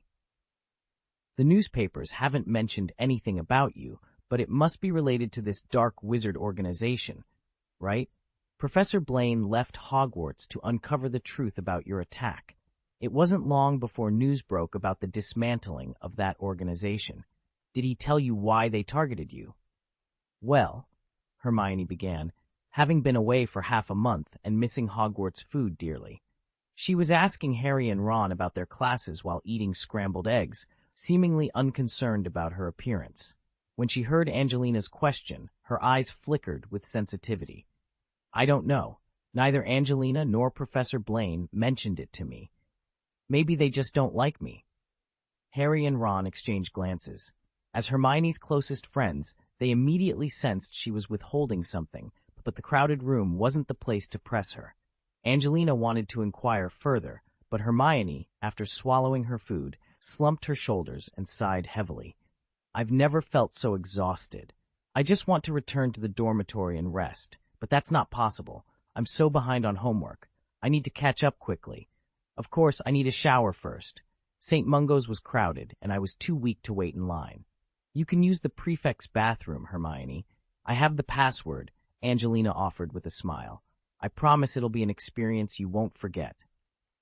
To Harry and Ron's surprise, Hermione showed interest and leaned in to ask Angelina more. "Is she fully awake yet?" Ron wondered aloud. "Or maybe she's not Hermione at all, but someone using Polyjuice Potion. You know what I mean, Harry. She would never have chosen leisure over studying before." "Maybe," Harry replied, watching Hermione as she seamlessly joined a group of girls, her laughter clear and unending. He shrugged casually. "She's just more confident now. We just didn't notice it." End of this chapter. Chapter 831, The Return of Atticus Blaine. It was an ordinary lunch at Hogwarts, yet the return of Atticus Blaine and Hermione Granger transformed it into a festive occasion reminiscent of a grand banquet. The joyful atmosphere was infectious, and most of the students in the Great Hall found their appetites growing. Every plate on the table was left spotless as if freshly washed. As the school day continued, the young wizards, having satisfied their hunger, dispersed to their respective house dormitories. They needed to gather their textbooks and prepare for the afternoon classes, which were about to commence. The professors, too, had little time for idle chatter. After arranging to meet Atticus for a drink at the Three Broomsticks in Hogsmeade over the weekend, where he would recount the details of dismantling a certain organization, they gradually departed. "Filch has followed your instructions. All packages and letters sent to Hogwarts have been thoroughly inspected these past few days," Professor McGonagall remarked before leaving. She pursed her lips and took a few deep breaths, clearly exasperated. "You wouldn't believe what these students have been purchasing through various channels. Filch provided me with a list of contraband items sent to Hogwarts, along with the names of the students involved. He also suggested appropriate punishments, but I believe it's best for you to make the final judgment, Atticus. The list is in my office. You can collect it after school before dinner." With that, she hurried off, not waiting for Atticus's response. Atticus noted this down and turned to Snape. "You're really not interested in joining the weekend gathering with our colleagues?" "I have no desire to waste my time listening to you boast about your great achievements, Atticus," Snape replied coolly before leaving the staff table. Atticus chuckled and stood up. The only ones remaining at the faculty table were Dumbledore, who had no immediate obligations, and Professor Moody, who was free during the first period. Together, the three of them made their way to the foyer. "So, Atticus, has Mr. Longbottom mentioned when he plans to return to school to continue his studies?" Dumbledore asked casually as they ascended the stairs.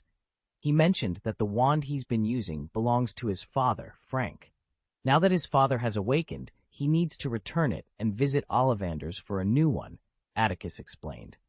"Naturally, he wants to spend more time with his parents. He's always dreamed of a family reunion." Noticing Moody's complex expression, Atticus paused, then smiled and addressed him. "I want to thank you, Professor Moody. I heard from Headmaster Dumbledore that you've been assisting with preparations for the second task in my absence." "You're welcome, Blaine," Moody replied gruffly, "just lending a hand." Despite his words, Atticus detected a hint of unease in Moody's raspy voice. He observed Moody calmly, noting that the latter was avoiding his gaze. Dumbledore, positioned between them, seemed oblivious to the tension, maintaining his usual cheerful demeanor. "Has the Forbidden Forest been peaceful lately?" Atticus inquired. Moody remained silent, understanding that Blaine's question was directed not at Alastor Moody, but at Vitia Cleona, and that the inquiry was about more than just the forest's tranquility. "Few have the audacity to cause trouble at Hogwarts these days," Moody finally responded in a subdued tone. "The centaurs in the Forbidden Forest are quite protective of their territory. They're not even willing to let me enter now, but they are aware that the wizard in the castle is vigilant. An important event is happening now, and they are willing to help protect the safety of the Forbidden Forest during this time," Atticus Blaine said softly, then fell silent. Both Moody's and Atticus's offices were on the third floor, and Dumbledore needed to pass through the third-floor corridor to reach his tower. After bidding each other farewell, only Atticus and Dumbledore continued on together. "I think," Dumbledore began, his smile fading as they walked a few steps forward. "What is she planning to do?" "Perhaps she's trying to atone for her sins," Atticus replied, his face expressionless. Yet he sighed, feeling a weight in his heart. He paused, gazing into the distance. The spring breeze rustled the willow branches by the lake, and under the sunlight, the lake's surface shimmered like thousands of silver mirrors. The dazzling light made Atticus squint. "What's happening beneath the lake?" he wondered aloud. The spring breeze seemed to carry a peculiar magic, leaving Atticus inexplicably weary. He longed to forget everything and rest, but solitude was not an option now. After a moment of silence, Atticus inhaled deeply, letting the lingering winter chill invigorate him.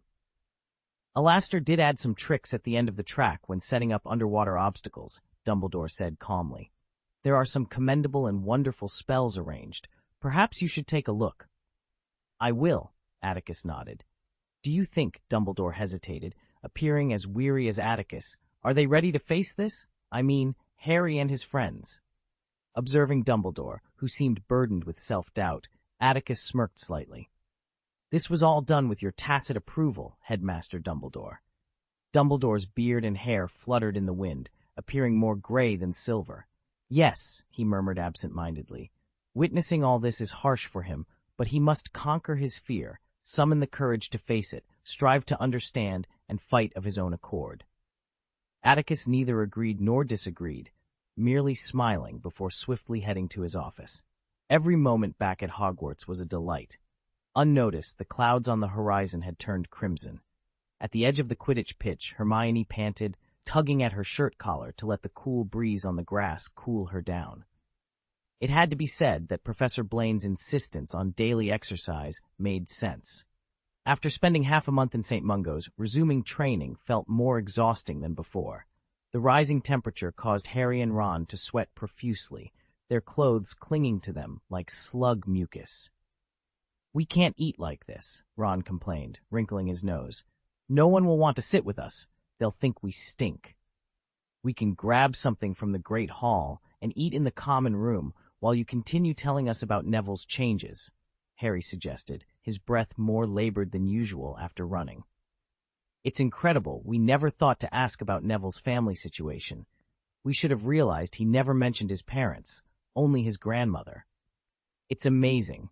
I mean, Professor Blaine has quietly done something significant again."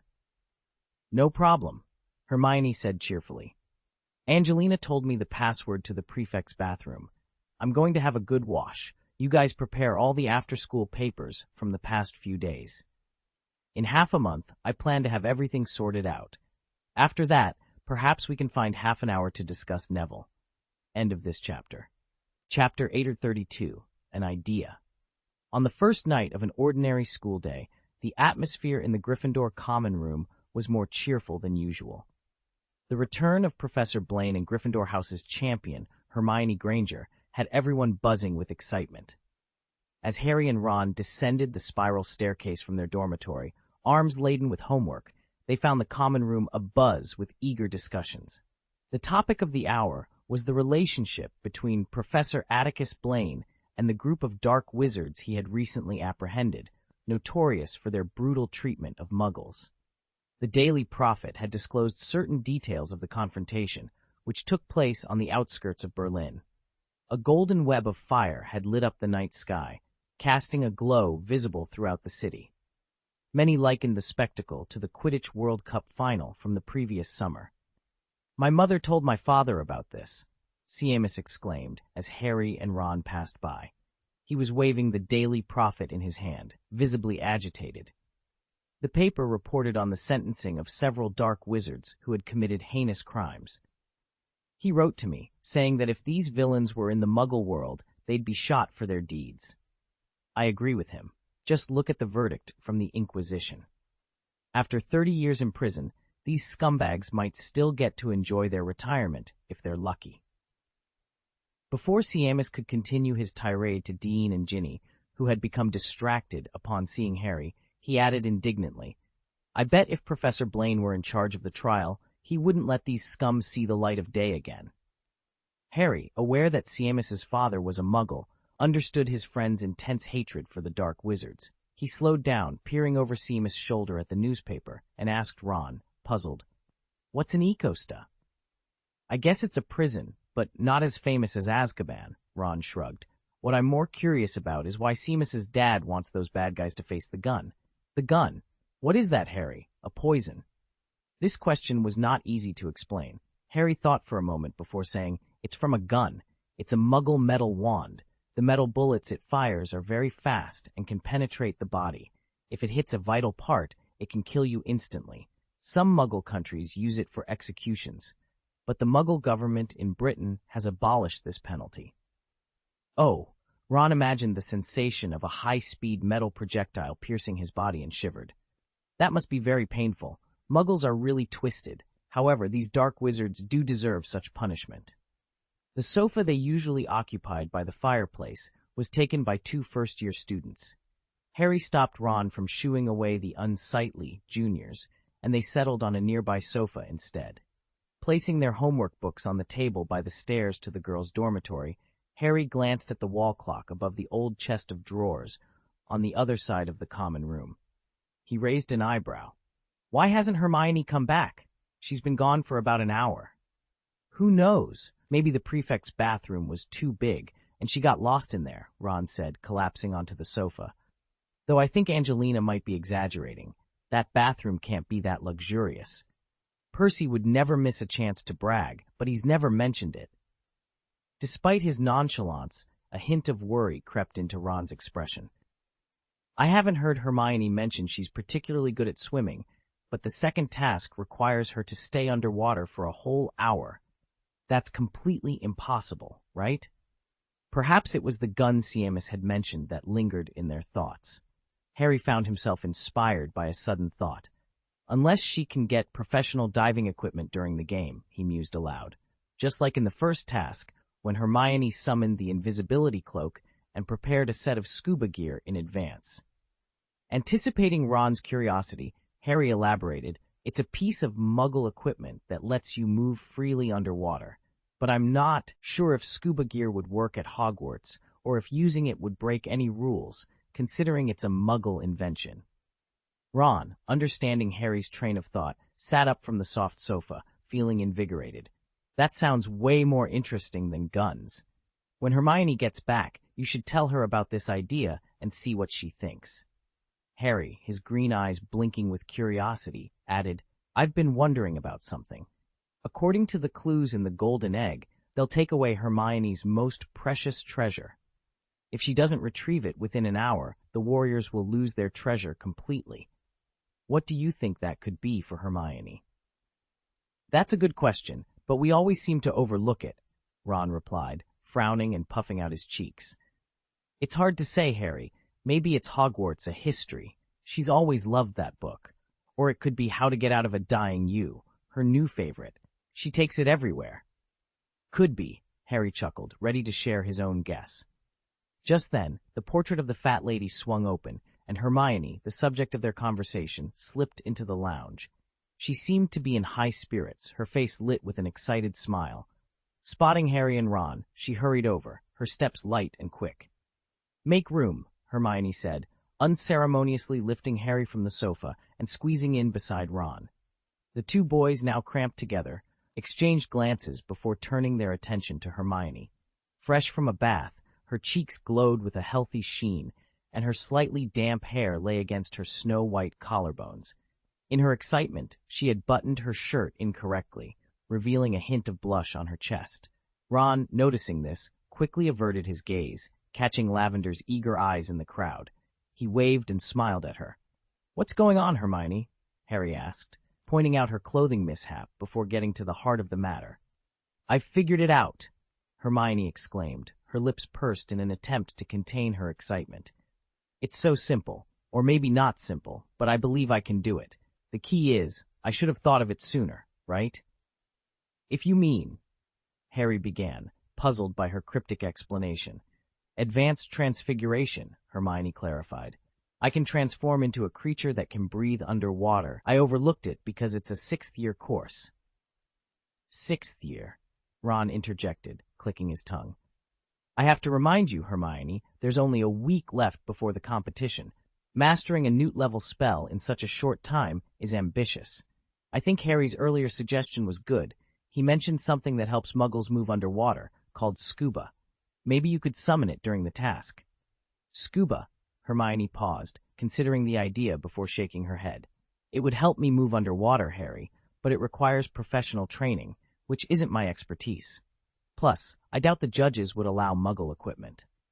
"Well, I didn't think it would work initially," Harry admitted. "But it got me thinking." "Before you returned," Harry whispered, "Cedric approached me. He wanted to speak with you privately. He mentioned wanting to repay the favor you did for him before the first game. I suspect he might have had some insight or a warning to share with you."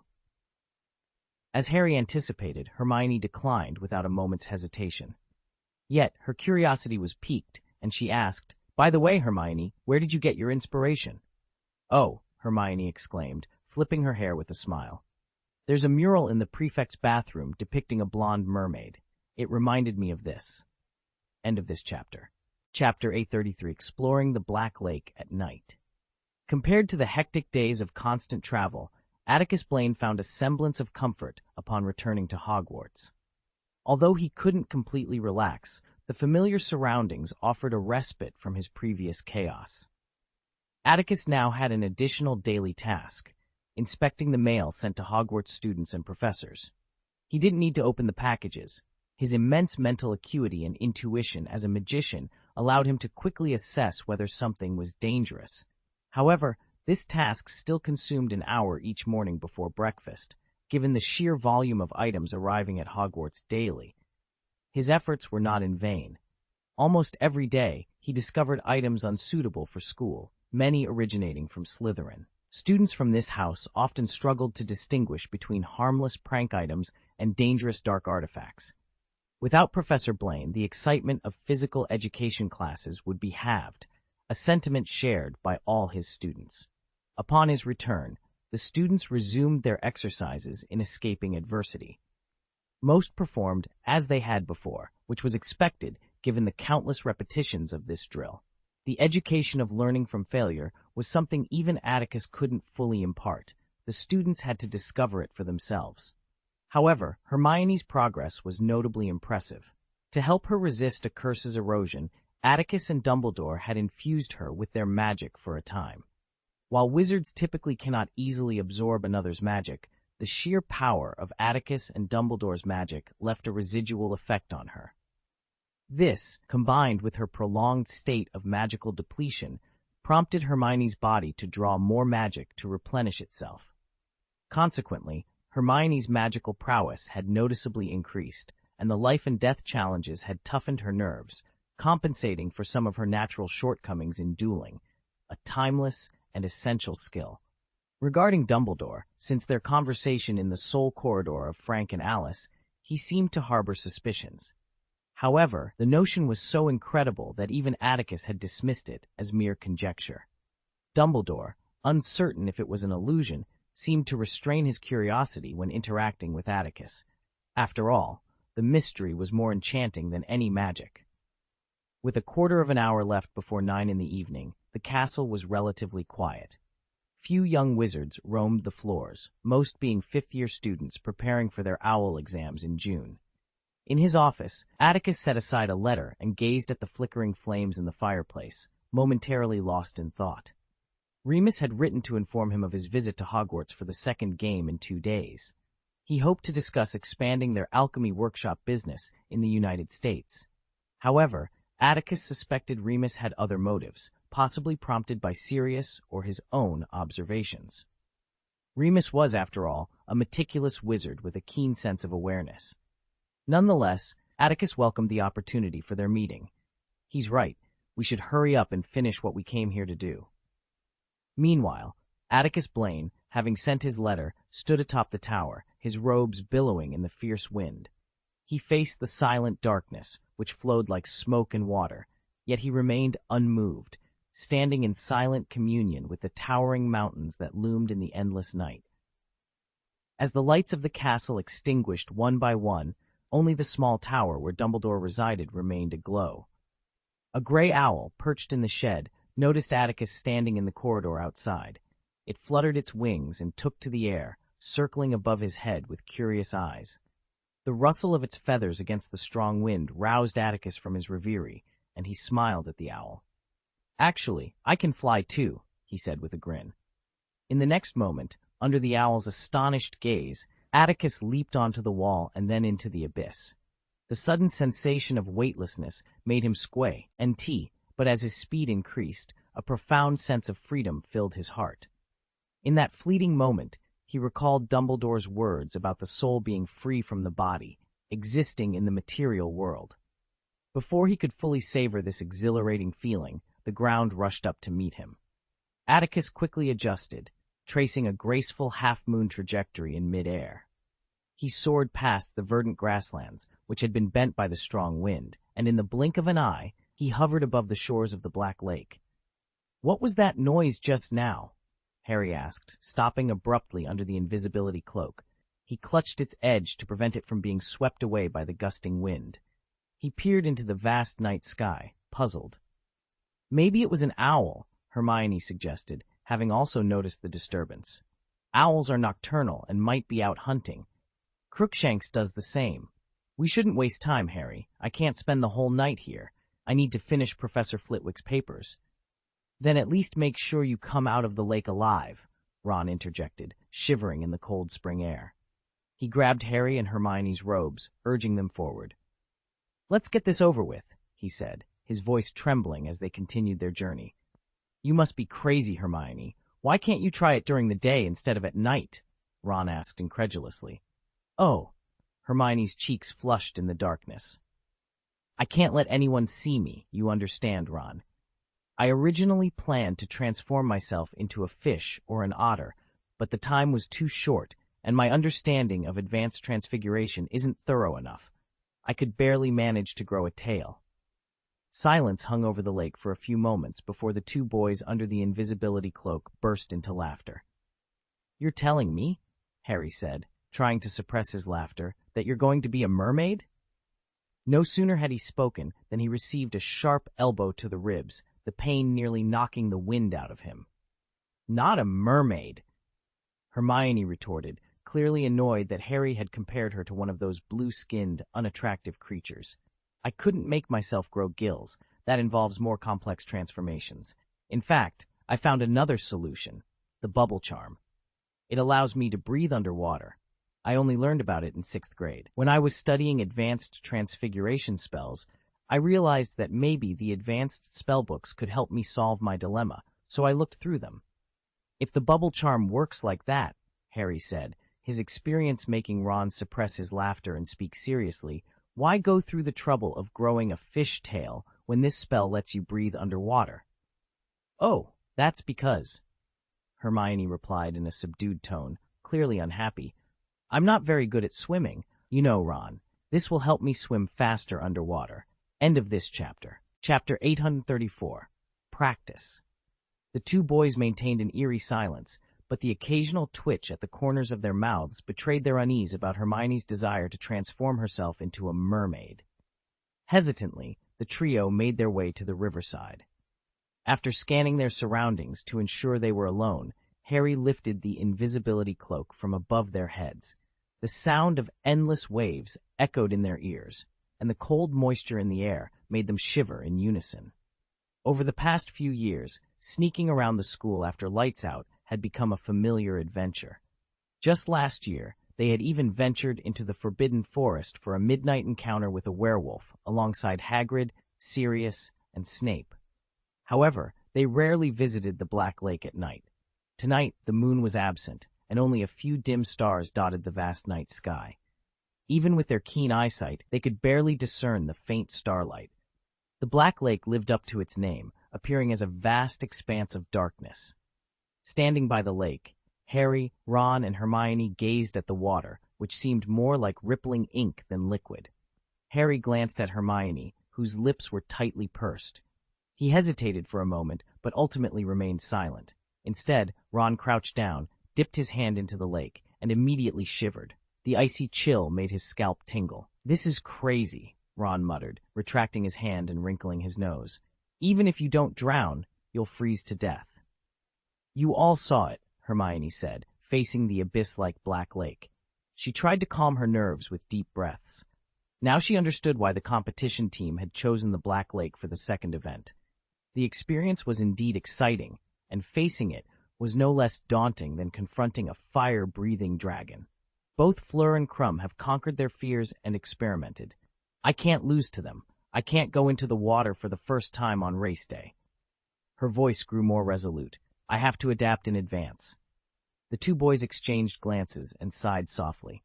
All right, as we agreed, Harry said, shaking his sleeves. However, his wand didn't slip from his palm as expected. It was restrained by his close-fitting shirt. Concealing the wand along the arm was a technique commonly used by Aurors, and both Professor Blaine and Dumbledore were known for it. Harry had seen them draw their wands this way many times. Recently, for some reason, this technique had become a focus in gym class, and Harry had joined the trend, though he hadn't quite mastered it yet. After struggling to extract his wand from his cuff, Harry waved it. Several willow branches above them detached from the tree and intertwined to form a rope. One end of the rope was tied to Hermione's wrist, while the other end was held by Harry and Ron. If you start to drown, we'll pull you out before it's too late, Ron said with a grin, shaking the willow branches. Hermione rolled her eyes at Ron, then placed her wand in her mouth and began to remove her robes. This startled Harry and Ron, who quickly turned around and covered their eyes. Don't worry, Hermione said with a smile. I'm wearing my competition uniform. Competition uniform? Harry and Ron uncovered their eyes and turned back around. They saw that beneath Hermione's tightly wrapped robe was the same type of sportswear the Warriors had worn in the first event, simple yet functional. I thought you were going to wear a bathing suit, Ron remarked, raising an eyebrow as Hermione tied her ponytail. Does this type of clothing cause any hindrance when it goes into the water? Professor Blaine has already thought about that. Once in the water, the clothes will automatically adapt. Just wait and see. With that, Hermione removed her shoes and socks, stepping onto the wet soil with her pale, delicate feet. The sensation of gravel and decaying branches pressing into the earth was uncomfortable, but it paled in comparison to the imagined horror of being struck by dung bombs or pierced by spears. Under the earnest gazes of Harry and Ron, Hermione frowned slightly, carefully lifting her feet. She dipped her toes into the lake a few times to gauge the temperature, then took a deep breath, gritted her teeth, and slowly crouched down.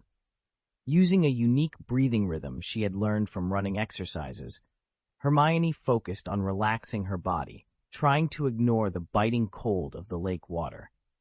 When her feet sank into the soft mud at the lake's bottom, she exhaled heavily, her breathing becoming more even. The temperature beneath the surface was warmer than the water above, and the slight warmth brought some color back to her pale face.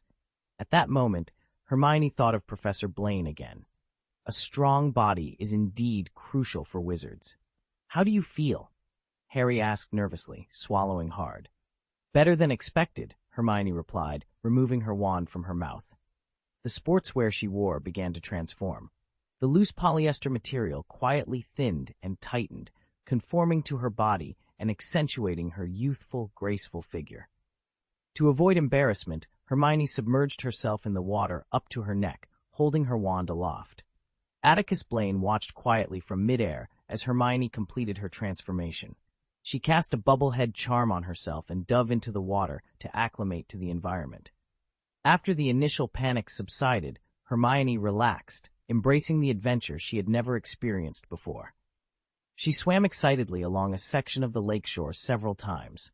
On the shore, Harry and Ron, determined to prevent any mishaps, followed her with a rope made of willow branches, exhausted by the effort. However, the frigid lake water quickly sapped Hermione's body heat, slowing her swimming pace. Despite this, she remained in the lake for a full hour to ensure the stability of her transformation before finally heading ashore. With Harry and Ron's support, she shivered her way back to the castle. "I have to say, Hermione," Ron's voice was faint against the howling wind, "you have a really nice tail. I mean, it's beautiful." His words were immediately followed by a muffled yelp. Once Atticus was certain nothing unexpected had occurred, he withdrew his gaze, smiling and shaking his head. Gryffindor students, whether clever or foolish, were often straightforward. If it had been him, he would have surveyed the environment in advance, which was another reason he had been waiting. It would be somewhat awkward to encounter someone unexpectedly at the lake's bottom. He waved his wand in a semicircle in midair, enveloping himself in a bubble. The magic keeping him afloat dissipated, and he descended into the lake. The depths were undeniably dark, but for a great magician like Atticus, who viewed the world from multiple perspectives, the darkness was no obstacle. Through magical sensing, he locked onto his target. Atticus Blaine waved his wand once more, and the lake water behind him began to churn, producing numerous fist-sized bubbles. The force from these bursting bubbles propelled Atticus forward with remarkable speed. Like a dolphin gliding through the water, he swiftly made his way toward the mermaid village, nestled deeper within the lake. Underwater creatures sensitive to magic, such as the giant squid, quickly sensed the disturbance. The massive creature, agitated by the disruption, thrashed its tentacles, creating a vortex that momentarily hindered Atticus's progress. "This is none of your business." Atticus's voice resonated through the turbulent waters, reaching the mind of the giant squid. The creature, initially enraged by the interruption of its slumber, suddenly froze, a human-like fear flickering in its enormous eyes. "By the way, has anyone told you?" Atticus continued in a calm tone. "The school is holding an event. You should stay in your lair these days and avoid causing trouble." The giant squid's 8 tentacles and head trembled, and faint mental waves indicated that it had received the message. "Then go ahead," Atticus instructed. He watched as the giant squid retreat it into a long, narrow trench at the bottom of the lake. With a chuckle, Atticus's figure shimmered, and in the blink of an eye, he appeared in the mermaid village. End of this chapter. Chapter 835, Entry Application. The black mud at the bottom of the lake is rich in nutrients, causing the nearby aquatic plants to flourish vigorously. According to the plan, some kappas and grindylows will be introduced into these dense aquatic thickets to test the warrior's courage and mastery of offensive magic. Surrounding the area are stone dwellings, speckled with algae. As we progress, the number of these stone dwellings increases, some even encircled by gardens. This is a vast mermaid village, home to thousands of mermaids. Even late at night, many mermaids stand guard over the village. Upon seeing Atticus Blaine, who had entered the village encased in bubbles, Many mermaids raised their spears and slapped their strong silver tails against the water, approaching swiftly.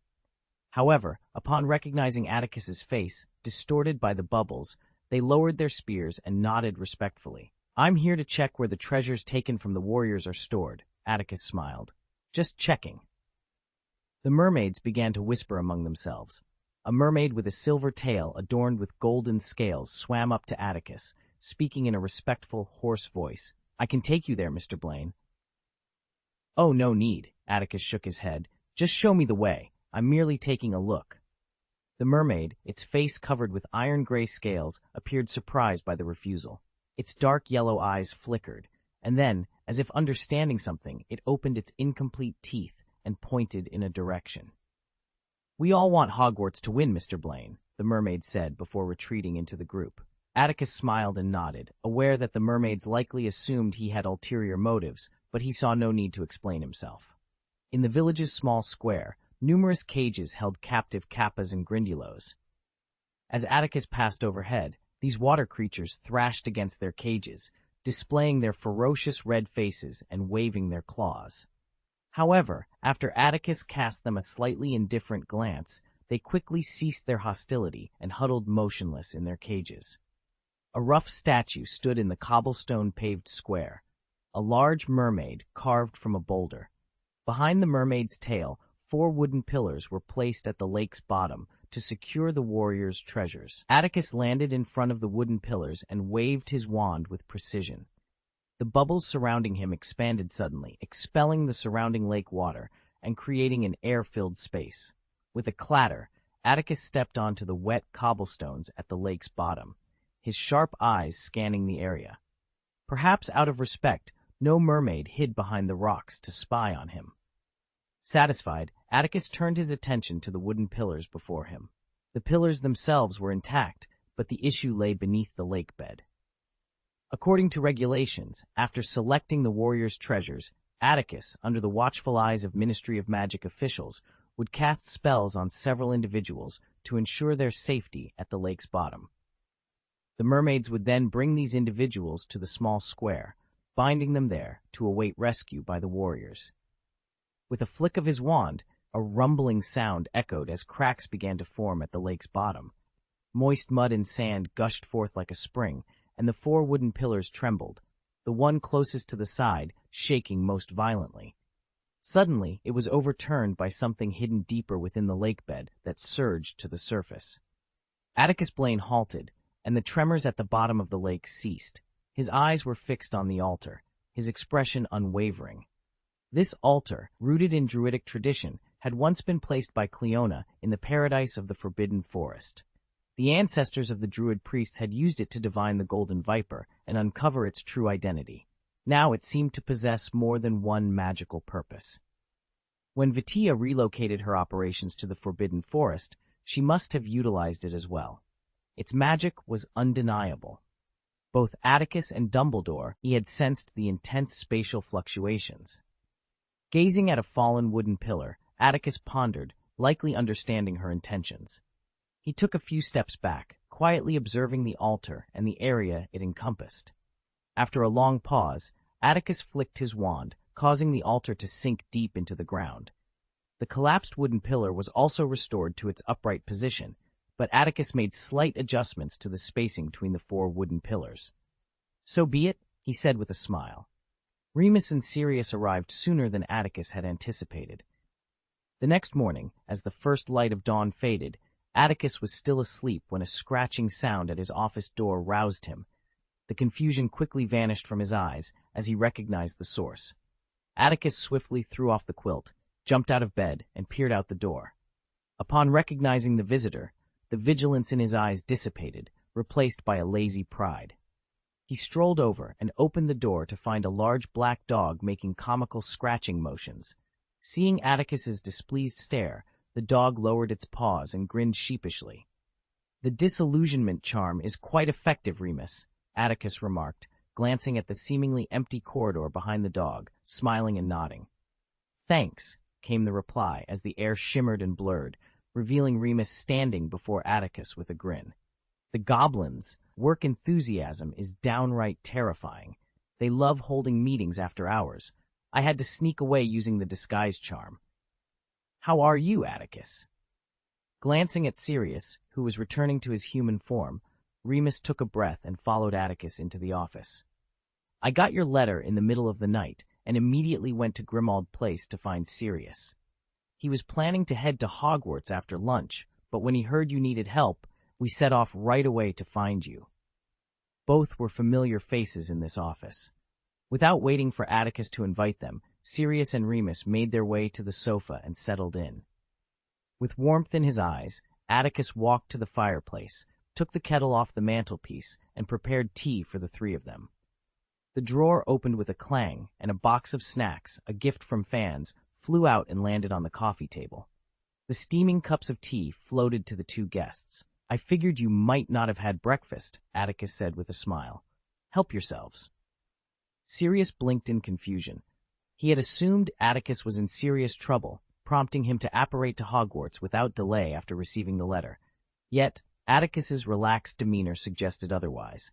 Sirius was about to voice his concerns, but Remus, after expressing his gratitude, began enjoying the snacks with his tea. Seeing this, Sirius shrugged and took the opportunity to fill his empty stomach. Atticus maintained a calm and patient demeanor, waiting with a smile. It wasn't until the two had devoured most of the snacks that he turned to Remus and asked in a composed tone, "You mentioned in your letter that we've received a response to our entry application to Makusa, Remus?" "That's correct," Remus replied, clearing his throat and nodding. "But the Makusa has set certain conditions, Atticus," he said, his voice tinged with uncertainty. "I can't make a decision on my own. I need to discuss it with you before we can give a formal response." "What conditions?" Atticus Blaine inquired, his curiosity piqued. "They've approved our application and agreed to our entry date, which is just after Easter," Remus explained, pausing momentarily. His eyes met Atticus's with a hint of concern. "However, there's a catch." Atticus leaned in, listening intently.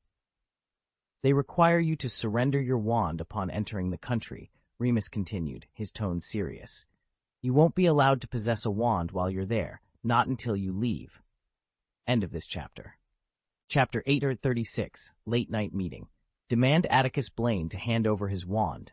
Before Atticus could respond, Sirius frowned and exclaimed angrily, "What right do they have to make such a request?" "Yes," Remus nodded, his eyes reflecting his displeasure. "Taking away a wizard's wand is akin to stripping a fire dragon of its claws and fangs. It's an incredibly rude demand. Moreover, Atticus is not a criminal under surveillance. They have no right to do so, but—" Remus hesitated for a moment, glancing at Atticus. "Their intentions are quite clear." "A bunch of cowards," Sirius declared loudly, disdain dripping from his words. "If they're afraid, they could simply refuse Atticus entry, couldn't they?"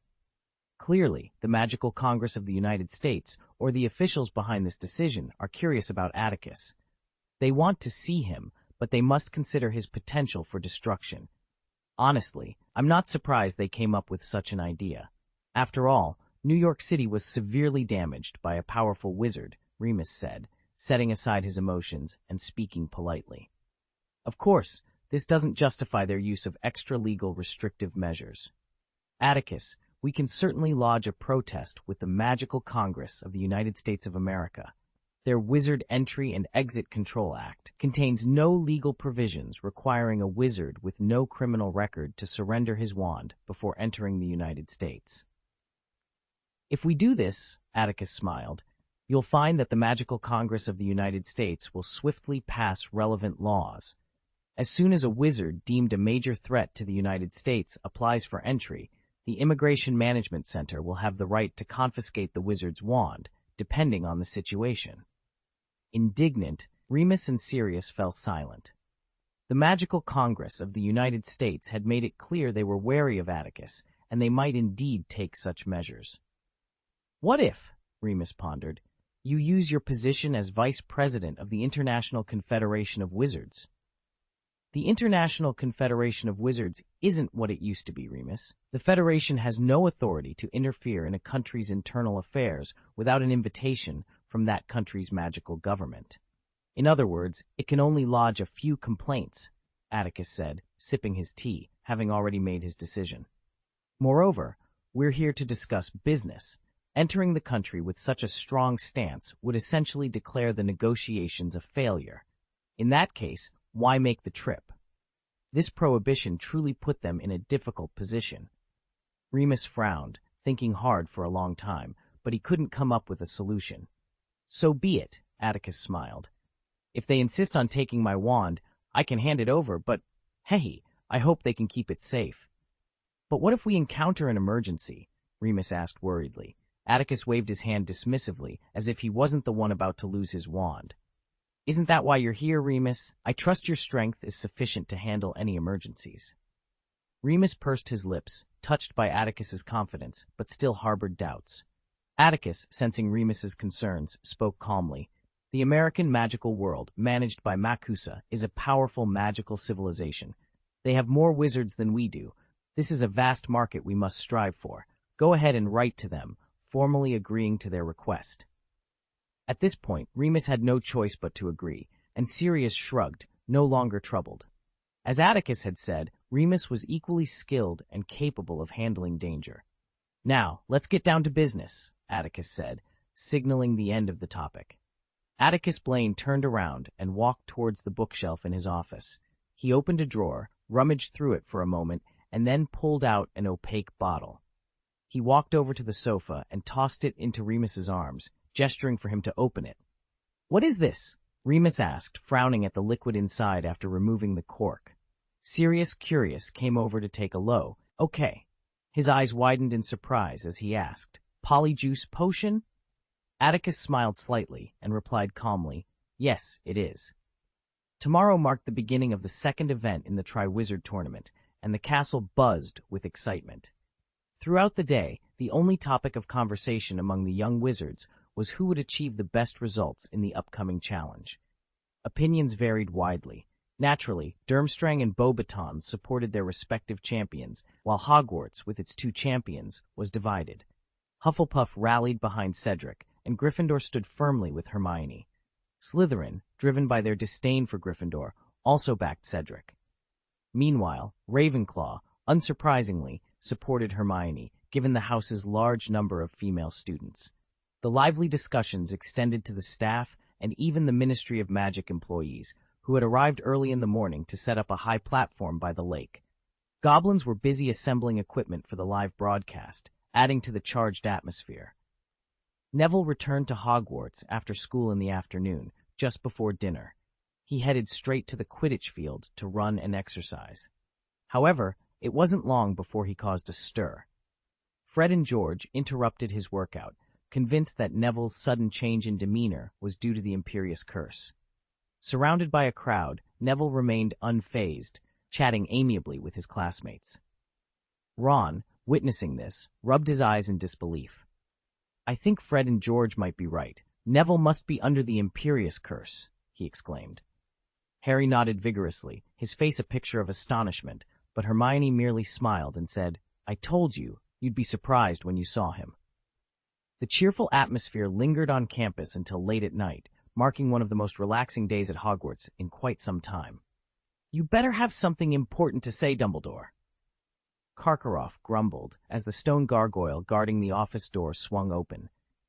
He had been resting in preparation for tomorrow's event, but now pushed in the wooden door to Dumbledore's office with irritation.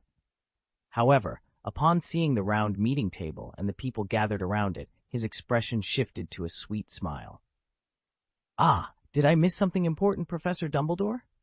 Seated around the table were Dumbledore, Atticus Blaine, Alastor Moody, Minerva McGonagall, Madame Maxime, and the director of the sports department from the British Ministry of Magic. "You're just in time, Professor Karkaroff," Dumbledore said with a welcoming smile. "Please, take a seat." Karkaroff's dark yellow eyes darted around the room, noting the hint of confusion on Madame Maxime's otherwise composed face. She, too, seemed puzzled by this late-night meeting scheduled before the tournament. With a quick calculation, Karkaroff took a seat next to her. "Now that everyone is here," Atticus said, leaning back in his chair with his fingers intertwined and resting on his crossed legs, exuding a relaxed demeanor. After Karkaroff settled in, Atticus exchanged a glance with Dumbledore before turning his attention to Ludo Bagman. It's up to you to explain, he prompted. Okay, it's an honor, Ludo replied, though his expression was slightly uneasy as he faced Atticus Blaine. It was clear he hadn't forgotten the wager involving Hermione. He coughed twice, trying to regain his composure, and glanced around at the gathered crowd. His gaze lingered on Mrs. Maxim and the ever-watchful Professor Karloff. With a warm smile, Professor Karloff addressed the group. I trust all the warriors have devised their strategies for the second challenge, correct? End of this chapter. Chapter 837, The Most Important Treasure. Professor Karkaroff and Madame Maxime exchanged wary glances, but in the presence of the British Ministry of Magic officials, they remained cautiously silent, offering no response. Their hesitation was understandable. Firstly, the competition required the champions to handle challenges independently, without interference from their school's principals or professors. Admitting knowledge of the champions' progress would raise suspicions. Secondly, revealing any key information could inadvertently aid other competitors. Oh, don't worry, everyone, Ludo Bagman said with a reassuring smile, anticipating their concerns. From the moment you entered this office until the start of the task, you won't be allowed to meet with the champions or students from your respective schools. In other words, the decryption for the second task is now complete. The champions will follow the clues from the golden egg to complete the corresponding challenges. In that case, Karkaroff's eyes were filled with distrust. He was unwilling to disclose Victor Krum's progress and instead offered a saccharine smile. Now that the decryption is over, Mr. Bagman, there's no need for us to reveal anything, right? Besides, I'm genuinely unsure of Victor's progress. To be honest, I'm quite worried. You all know the boy's talent lies in sports, not in puzzles like this. Perhaps he's the only champion who hasn't figured out what to do. No one else seemed interested in Karkaroff's insincere remarks. Only Moody openly displayed his disdain, glaring at Karkaroff and loudly condemning his hypocrisy. What exactly are we supposed to do, Mr. Bagman? Madame Maxime asked impatiently.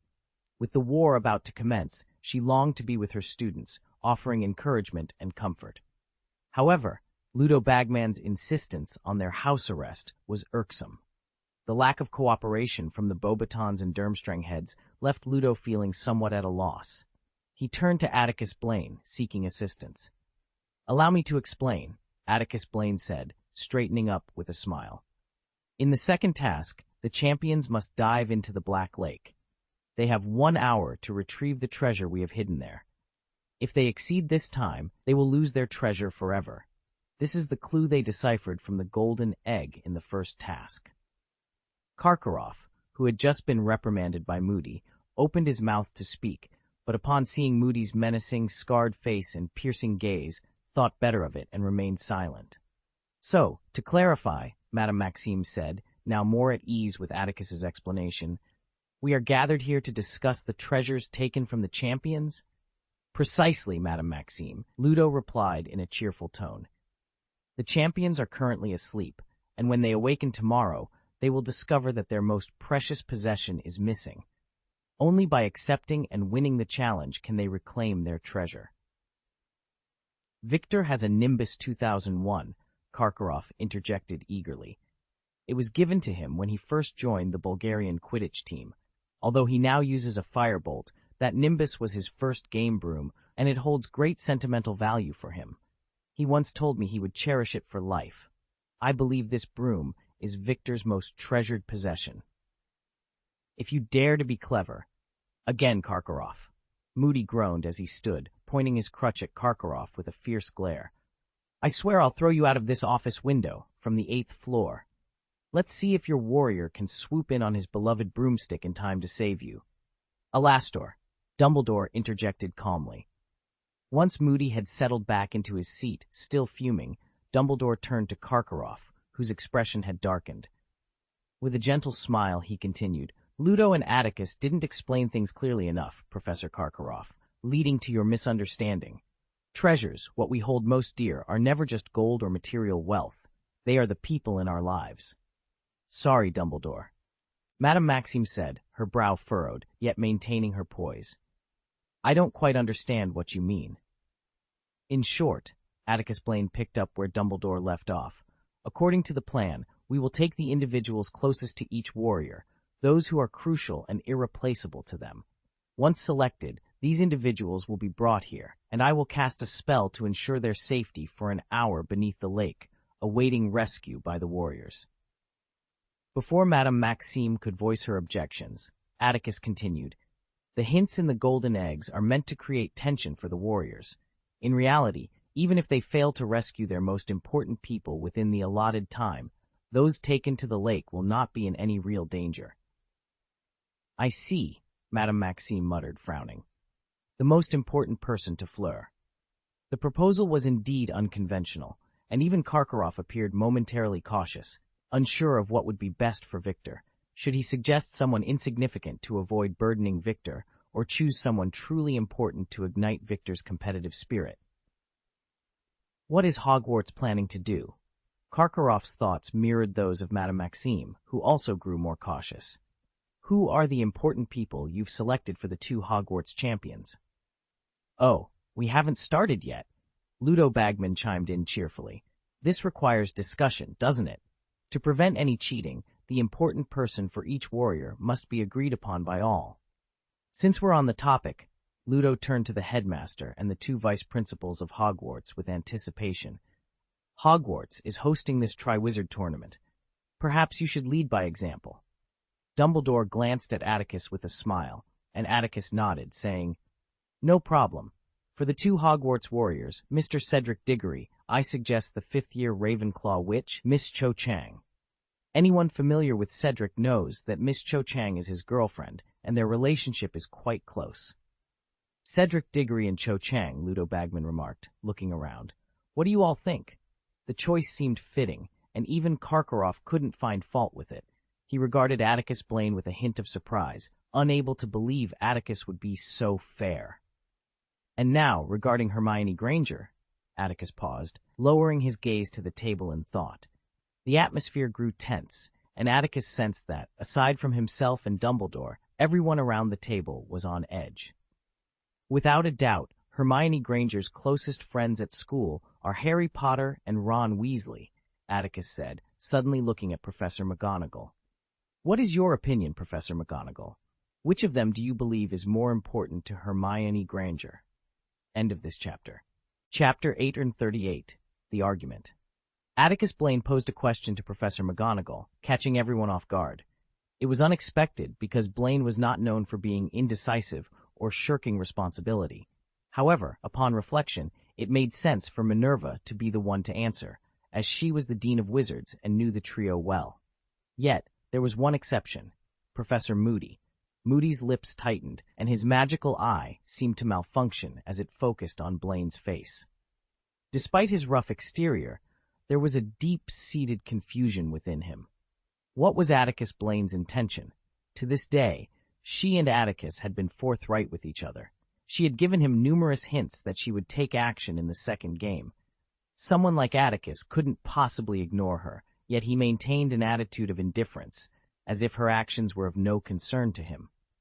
Under the scrutiny of everyone, Professor McGonagall felt a twinge of nervousness. She pursed her lips and said, "As Atticus mentioned, Miss Granger considers Mr. Potter and Mr. Weasley her closest friends. The 3 have been nearly inseparable since their first year, facing many challenges together." Professor McGonagall's eyes reflected her inner turmoil. "But if you ask who is more important to Miss Granger, it's not as simple as grading a student's paper. It's impossible to make an accurate judgment. In truth, both Mr. Potter and Mr. Weasley are very important to her." No one mocked Professor McGonagall for her seemingly evasive answer. Everyone understood the difficulty of quantifying friendship or love. However, Karkaroff's eyes gleamed with interest after hearing Minerva's explanation. He shifted slightly, a secretive smile playing on his lips. "If I remember correctly," Madame Maxime mused, rubbing the opal ring on her thick knuckles, "at the Yule Ball, Granger attended with Weasley. Perhaps this indicates something." Atticus was smiling, but he noticed Moody's hand clenching under the table.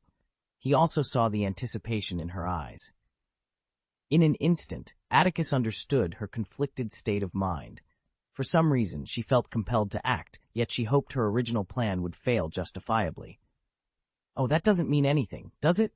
Ludo unexpectedly chimed in.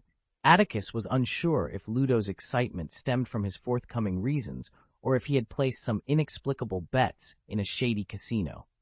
Harry Potter and Miss Fleur Delacour attended the ball together. With all due respect, no young wizard could resist Miss Delacour's charm. Perhaps Miss Granger initially wanted to invite Harry Potter but missed the chance, so she settled for the next best thing. Ludo speculated enthusiastically. In my opinion, Harry Potter is more suitable, isn't he? He's a legend, and people would obviously prefer to see him in the Tri-Wizard tournament. Ludo's assertion made Professor McGonagall frown. She knew Harry well and understood that he was not one to seek attention, often burdened by his fame. Of course, if Hermione truly valued Harry more, she wouldn't mind supporting his participation in the tournament, but not to please the audience or create a spectacle. From what I understand, Ludo, Moody interjected with a stern expression and a gravely voice. Miss Delacour's invitation to Harry Potter for the Yule Ball came after Granger had already acknowledged Weasley as her escort, her dance partner, so your assumption is not valid. Atticus Blaine's eyebrows furrowed. He truly wasn't aware of the situation. Moody's question caused the smile on Ludo's face to falter momentarily, but he persisted with his suggestion. Even so, Alastor, you heard what Minerva said. For Miss Granger, Mr. Potter and Mr. Weasley are both significant figures in her life. If that's the case, why not choose an audience? I'd rather see it. Oh, sorry. Professor McGonagall interrupted Ludo's speech, her expression icy. She glared at Ludo, her tone laced with obvious anger. Mr. Potter is not a circus monkey. He doesn't need to appear just because the audience demands it. After successfully silencing Ludo, Professor McGonagall turned to Dumbledore and Atticus. In my opinion, either Albus or Atticus can fulfill the role of the most important person. It depends on your choice. The question circled back to Dumbledore and Atticus, but before they could voice their opinions, Karkaroff, who had been observing with a cold demeanor, plastered a fake smile on his face. Since we are now facing a dispute, Dumbledore, I have a suggestion. Of course, it might be a bit premature. Don't bluff, Karkaroff, Moody roared immediately. I bet you have some nefarious ideas, right? Don't lie. You know you can't fool me with your tricks. Alastor, Dumbledore called out Moody's name for the second time that evening, his tone more warning than before. After urging Professor Moody to sit down, Dumbledore smiled at Karkaroff, whose face was flushed. We are here for fairness, transparency, and collaboration. Professor Karkaroff, you are welcome to share your opinion. As Karkaroff composed himself, Atticus intertwined his fingers, a glint of coldness flashing in his deep eyes. My opinion is, Karkaroff forced a smile, a cunning look in his eyes, since it's challenging to make a definitive choice between Mr. Potter and Mr. Weasley to avoid making a wrong decision, why not have both attend? Outrageous! After a few seconds of silence in the headmaster's office, the first voice to break it came from the portraits of past headmasters hanging on the walls. The irate Armando Dippet leapt up, banging his head against the top of his frame, glaring at Karkaroff with fury. No one doubted that if he could step out of the frame, he would strike Karkaroff with a wand immediately. Conspirator, despicable character, you are openly sabotaging the Hogwarts champions. Under the vehement condemnation from the past headmasters, Armando Dippet's voice was the most prominent. Thank you. Professor McGonagall nodded towards Dippet's portrait, then turned to Karkaroff, her fists clenched. Headmaster Dippet's opinion is precisely what I wanted to express. At the conference table, Atticus and Dumbledore remained silent. Although Moody was tempted to confront Karkaroff, he restrained himself, having been warned twice. Among the others, Ludo Bagman initially appeared shocked, then frowned. He sought a topic of interest, not a challenge for Granger to overcome. Madame Maxime remained silent, neither supporting Karkaroff's suggestion nor explicitly rejecting it. She recognized that the proposal was undoubtedly advantageous for Beauxbaton. Say something, Dumbledore, Atticus. The two talkers did not immediately express their stance, which gave Professor McGonagall a sense of unease. She glared at them, hoping to convey her disapproval through her stern gaze. Oh, please wait a moment, you two. Before any further discussion could ensue, the tension in the room was palpable. Dumbledore and Atticus Blaine exchanged glances, each ready to share their thoughts, when Karkaroff offered a charming smile. My intention was not to subject Hermione Granger to greater challenges in her rescue mission, he explained, but rather I had other motives. Dumbledore's eyes twinkled with curiosity as he responded, I am eager to hear more about these reasons, Professor Karkaroff. End of this chapter. Chapter 839, The Backhand Knife. Ignoring the shouts of the noisy portraits on the wall, Professor Karkaroff maintained his insincere smile and posed a question to everyone. What is the purpose of our gathering here? It is to select those most important to the warriors. To inspire their courage, came the response, though it was met with confusion. Atticus Blaine, known for his sharp wit, mirrored Dumbledore's amused smile, unfazed by Karkaroff's erratic behavior. He even played along with Karkaroff's inquiry. Oh, that's right. Atticus's cooperation caused a flicker of unease and confusion in Karkaroff's yellow eyes. Nevertheless, he seized upon this answer, declaring loudly, as Professor McGonagall mentioned, for Miss Granger, Mr. Potter and Mr. Weasley are her most important friends. I believe this conclusion holds true for Mr. Potter and Mr. Weasley as well. The three of them are each other's closest friends, and their friendship has withstood the test of adversity. Karkaroff theatrically wiped his eyes, while Minerva McGonagall's lips pressed into a thin, angry line. She was infuriated by Karkaroff's persistence. On another occasion, she might have drawn her wand to transform this pompous man into a ferret. So what? She snapped, resisting the urge. Haven't you noticed the problem yet, Minerva? Karkaroff continued, feigning surprise. Oh, this is just a discussion, isn't it? I'd rather you keep calm, Professor Moody, Karkaroff said, pretending to be surprised. Hypocrite, using high-sounding excuses to mask your vile intentions. Oh, despicable villain, I can see clearly into your heart. You're scheming to put Hermione Granger at a disadvantage, aren't you? Moody looked furious. His magical blue eye bulged, and every scar on his face twisted like a centipede in boiling water. It was a terrifying sight. Atticus's gentle voice made Moody's wand hand tremble, but he still roared. Do you need me to deal with him, Atticus? If you agree, I'll do it immediately.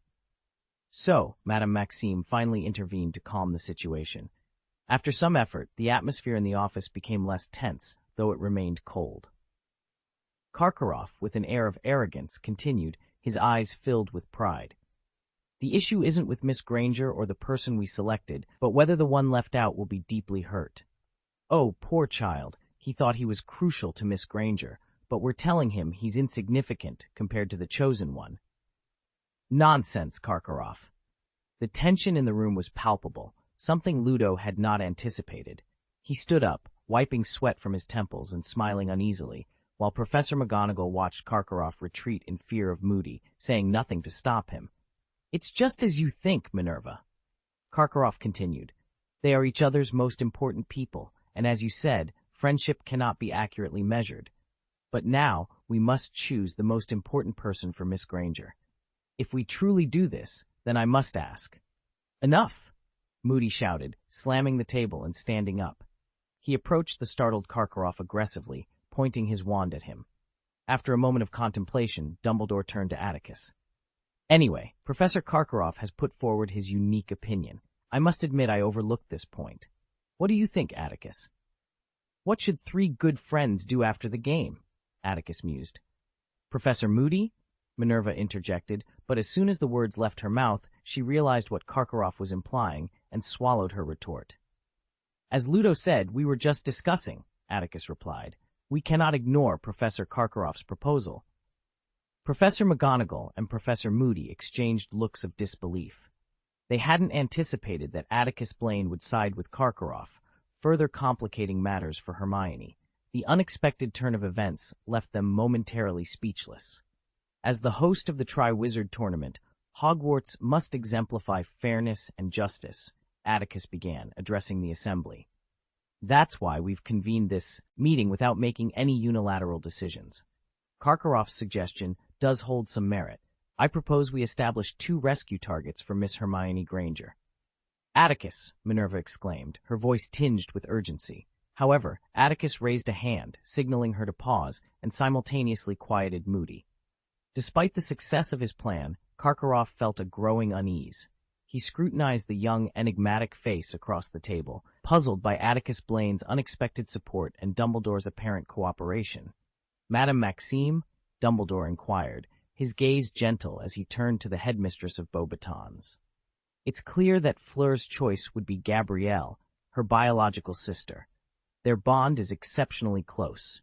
Before arriving at Hogwarts, Fleur even approached me, hoping to bring Gabrielle along to witness the tournament." Perhaps the heated debate over Hermione Granger had unsettled Madame Maxime, for she responded without hesitation when Dumbledore sought her opinion. Her suggestion was well received, and no one present objected. "Ahem!" Karkaroff coughed awkwardly as attention shifted back to him. The Durmstrang headmaster, who had instigated the dispute, seemed guilty. "It's time to make a decision, Karkaroff," Moody stated coldly. Karkaroff hesitated, torn between choosing a less significant person to ease Victor's burden or selecting someone important to motivate him, as the rules required. However, when it came time to decide, he found himself in a predicament. Many of the students accompanying him had a good rapport with Victor, but none could be deemed important in the true sense. In essence, he had no viable options. "Durmstrang has a student named Polyarca," Karkaroff suggested. "Don't play games, Karkaroff." Moody interjected, his tone icy and composed. "I've taught your students and know their relationships are merely superficial." Karkaroff grimaced, realizing he had overlooked the fact that his students had been studying at Hogwarts for over 6 months. These people were well acquainted with his students' dynamics. "And what about Daphne Greengrass?" Karkaroff proposed, his eyes darting. "Everyone knows she was Victor's partner at the Yule Ball. I dare say he was quite taken with that remarkable Hogwarts girl." "I've already discussed this with Severus, Professor Karkaroff," Professor McGonagall replied, her expression unyielding. "It's reported that Mr. Krum hasn't spoken to Miss Greengrass since the Yule Ball." "Any other suggestions, Professor Karkaroff?" Ludo inquired, his interest rekindled as the controversy waned. Karkaroff realized that the trouble he had stirred wouldn't be easily resolved. Yet, he struggled to identify anyone who truly fit the criteria of the most important person for Victor. He proposed several names, but each was dismissed by Minerva McGonagall and the ever-persistent Moody. The challenge lay in his inability to substantiate the significance of these individuals to Victor. "We need to expedite this process," Atticus remarked, glancing impatiently at the clock on the wall. In his tone, "Since you have never been able to come up with suitable personnel, Professor Karkaroff, why not consider my suggestions?" "What?" Karkaroff's heart skipped a beat, and his cheeks tensed. He knew that Atticus Blaine's revenge was imminent. There is someone who fits the criteria perfectly, Victor Krum's mentor. It makes perfect sense. He meets the requirements of the most important person, Atticus stated calmly. "Oh?" Dumbledore blinked, his curiosity piqued. "And who might that be, Atticus?" "Professor Igor Karkaroff himself," Atticus replied with a knowing smile. End of this chapter. Chapter 840, Omen of Death. The longest silence since the meeting began enveloped the room. All eyes were fixed on Atticus Blaine, yet no one dared to speak. Atticus's proposal was beyond mere whimsy. It was downright unbelievable. Aha! Suddenly, from the portrait hanging on the wall, Sirius's great-grandfather, Phineas Black, exclaimed loudly, "That's brilliant, Atticus! What a splendid idea! There's no better choice. I wholeheartedly agree." Support for Atticus's proposal surged like waves. Even Headmaster Dippet, who often clashed with Phineas, found himself in agreement for the first time. He applauded Atticus's idea with enthusiasm, joining his colleagues in vocal approval. Dumbledore, however, seemed unfazed by Atticus's suggestion. Yet, when Atticus presented his proposal, a flicker of light danced in Dumbledore's blue eyes behind his half-moon glasses, hinting at some internal hesitation. But upon seeing Atticus's resolute expression, Dumbledore chose not to object. Professor McGonagall's tense demeanor finally relaxed. She cast a sidelong glance at Karkaroff, whose sallow cheeks were turning a shade of red, and a slight smile played on her lips. Perhaps Moody was the only one at the table who truly grasped the implications of Atticus's proposal. He remained silent, his eyes betraying a layer of indifference. Ludo Bagman's hesitation was understandable to all. As the sole Ministry of Magic official present, he felt compelled to voice concerns. However, Given that the proposal came from Atticus, a man wielding considerable influence, Ludo wisely chose to remain silent. Madame Maxime, who had high hopes for Karkaroff, also refrained from speaking on his behalf. She understood that Atticus's proposal was a direct challenge to the little warrior Karkaroff had sent to Hogwarts. The issue had escalated beyond selecting key individuals for the warriors. It had become a complex power struggle. Madame Maxime was unwilling to wade into these murky waters, fearing repercussions for the Beauxbatons warriors. Moreover, provoking Atticus Blaine was a risk she was unwilling to take. The portraits continued their clamor, and the silence at the conference table finally made Karkaroff realize that no one would speak up for him. He was left to defend himself. "Absurd!" Karkaroff exclaimed, clenching his fists, his chest heaving with anger and panic. "Have you forgotten, Blaine? I am the headmaster of Durmstrang and one of the judges.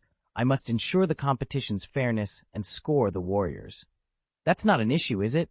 Atticus replied with a smile, his eyes as deep as an abyss, as if he were observing a fish pinned to a chopping board. Though still struggling, the outcome seemed inevitable. "The second task differs from the first.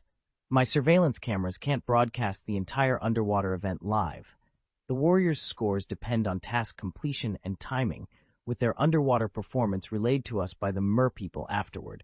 This qualifies you to serve as a judge and appear in the competition as Mr. Crumb's most important person."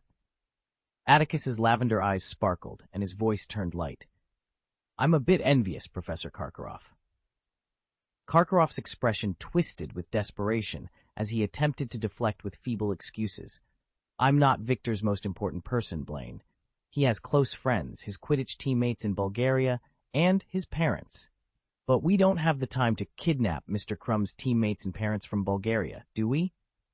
Atticus chuckled. "Please, don't be modest, Professor Karkaroff. We all know that Mr. Crumb is your favorite student, and you are both a respected professor and mentor to him. In the current situation, you are the most important person," Atticus Blaine stated firmly. Seeing that Karkaroff still wanted to argue, Atticus's expression darkened, and he sighed. "I don't understand why you're unhappy, Professor Karkaroff. This is undoubtedly a rare opportunity, isn't it? Imagine the story, a student saving his own professor. You and Mr. Crumb will become the most knowledgeable pair in the world. This experience will not only deepen the bond between teacher and student, but also serve multiple purposes." Atticus's reasoning was so sound that even Karkaroff found himself speechless, reluctantly agreeing with the logic. However, he eyed Atticus suspiciously. Could Blaine really be so benevolent, especially after causing trouble for Hogwarts? "Is this allowed, Mr. Bagman?" Madame Maxime inquired, raising her doubts to Ludo. "Oh, I think. How do I put it?" Ludo hesitated, unsure. "At least according to the rules, there's no prohibition against the most important person being in a coma awaiting rescue. They can indeed provide more help to the warriors. As Atticus mentioned, this will make for a great story that Daily Prophet reporters will love." "Unless you can propose someone more convincing, Professor Karkaroff," Atticus said decisively, "you are the most suitable candidate." Karkaroff remained silent, weighing the pros and cons, while Atticus consulted others who had the right to express their opinions. The consensus was unanimous. Everyone agreed with the proposal. "All right, then it's settled," Atticus declared after exchanging glances with Dumbledore. He stood up, placing his palms on the edge of the table, and said cheerfully, "We don't have much time. Mr. Bagman, as the representative of the Ministry of Magic, please accompany the most important people of the warriors to the small room behind the auditorium. We need a little time to explain things to them. Then, after casting a spell to put them to sleep, I will hand them over to the mermaids, who will escort them to the end of the race." "Wait!" Karkaroff's eyebrows shot up. Facing everyone's gaze, he forced a smile and addressed Dumbledore. "Dear old friend, Dumbledore, I'd feel more at ease if you ensured my safety underwater." The portraits of past headmasters were still in an uproar, with many accusing Karkaroff of cowardice. Some attendees also expressed subtle disdain towards him. "I have full confidence in Atticus's magic, but if you insist, Professor Karkaroff," Dumbledore nodded, "I can cast the spell for you." Dumbledore's assurance finally eased Karkaroff's mind. However, as he exited Dumbledore's office and stood in the corridor, Gazing at the sky, the east was beginning to lighten. The dark stars were fading, and the black lake, where he had spent half a year, loomed like a terrifying giant beast. Its gaping maw revealed the abyss's throat, bottomless and exuding a strong aura of death. An indescribable but real panic of impending disaster lingered in his heart. Atticus Blaine was conversing with Madame Maxime, with the rest following behind them. Dumbledore, at the rear, noticed Karkaroff lagging and turned to him. "Professor Karkaroff?" Dumbledore asked politely, his face calm. "Here you go, Professor Dumbledore," Karkaroff said, shaking his head to dispel the illusion from his thoughts. With a determined stride, he followed closely behind. End of chapter.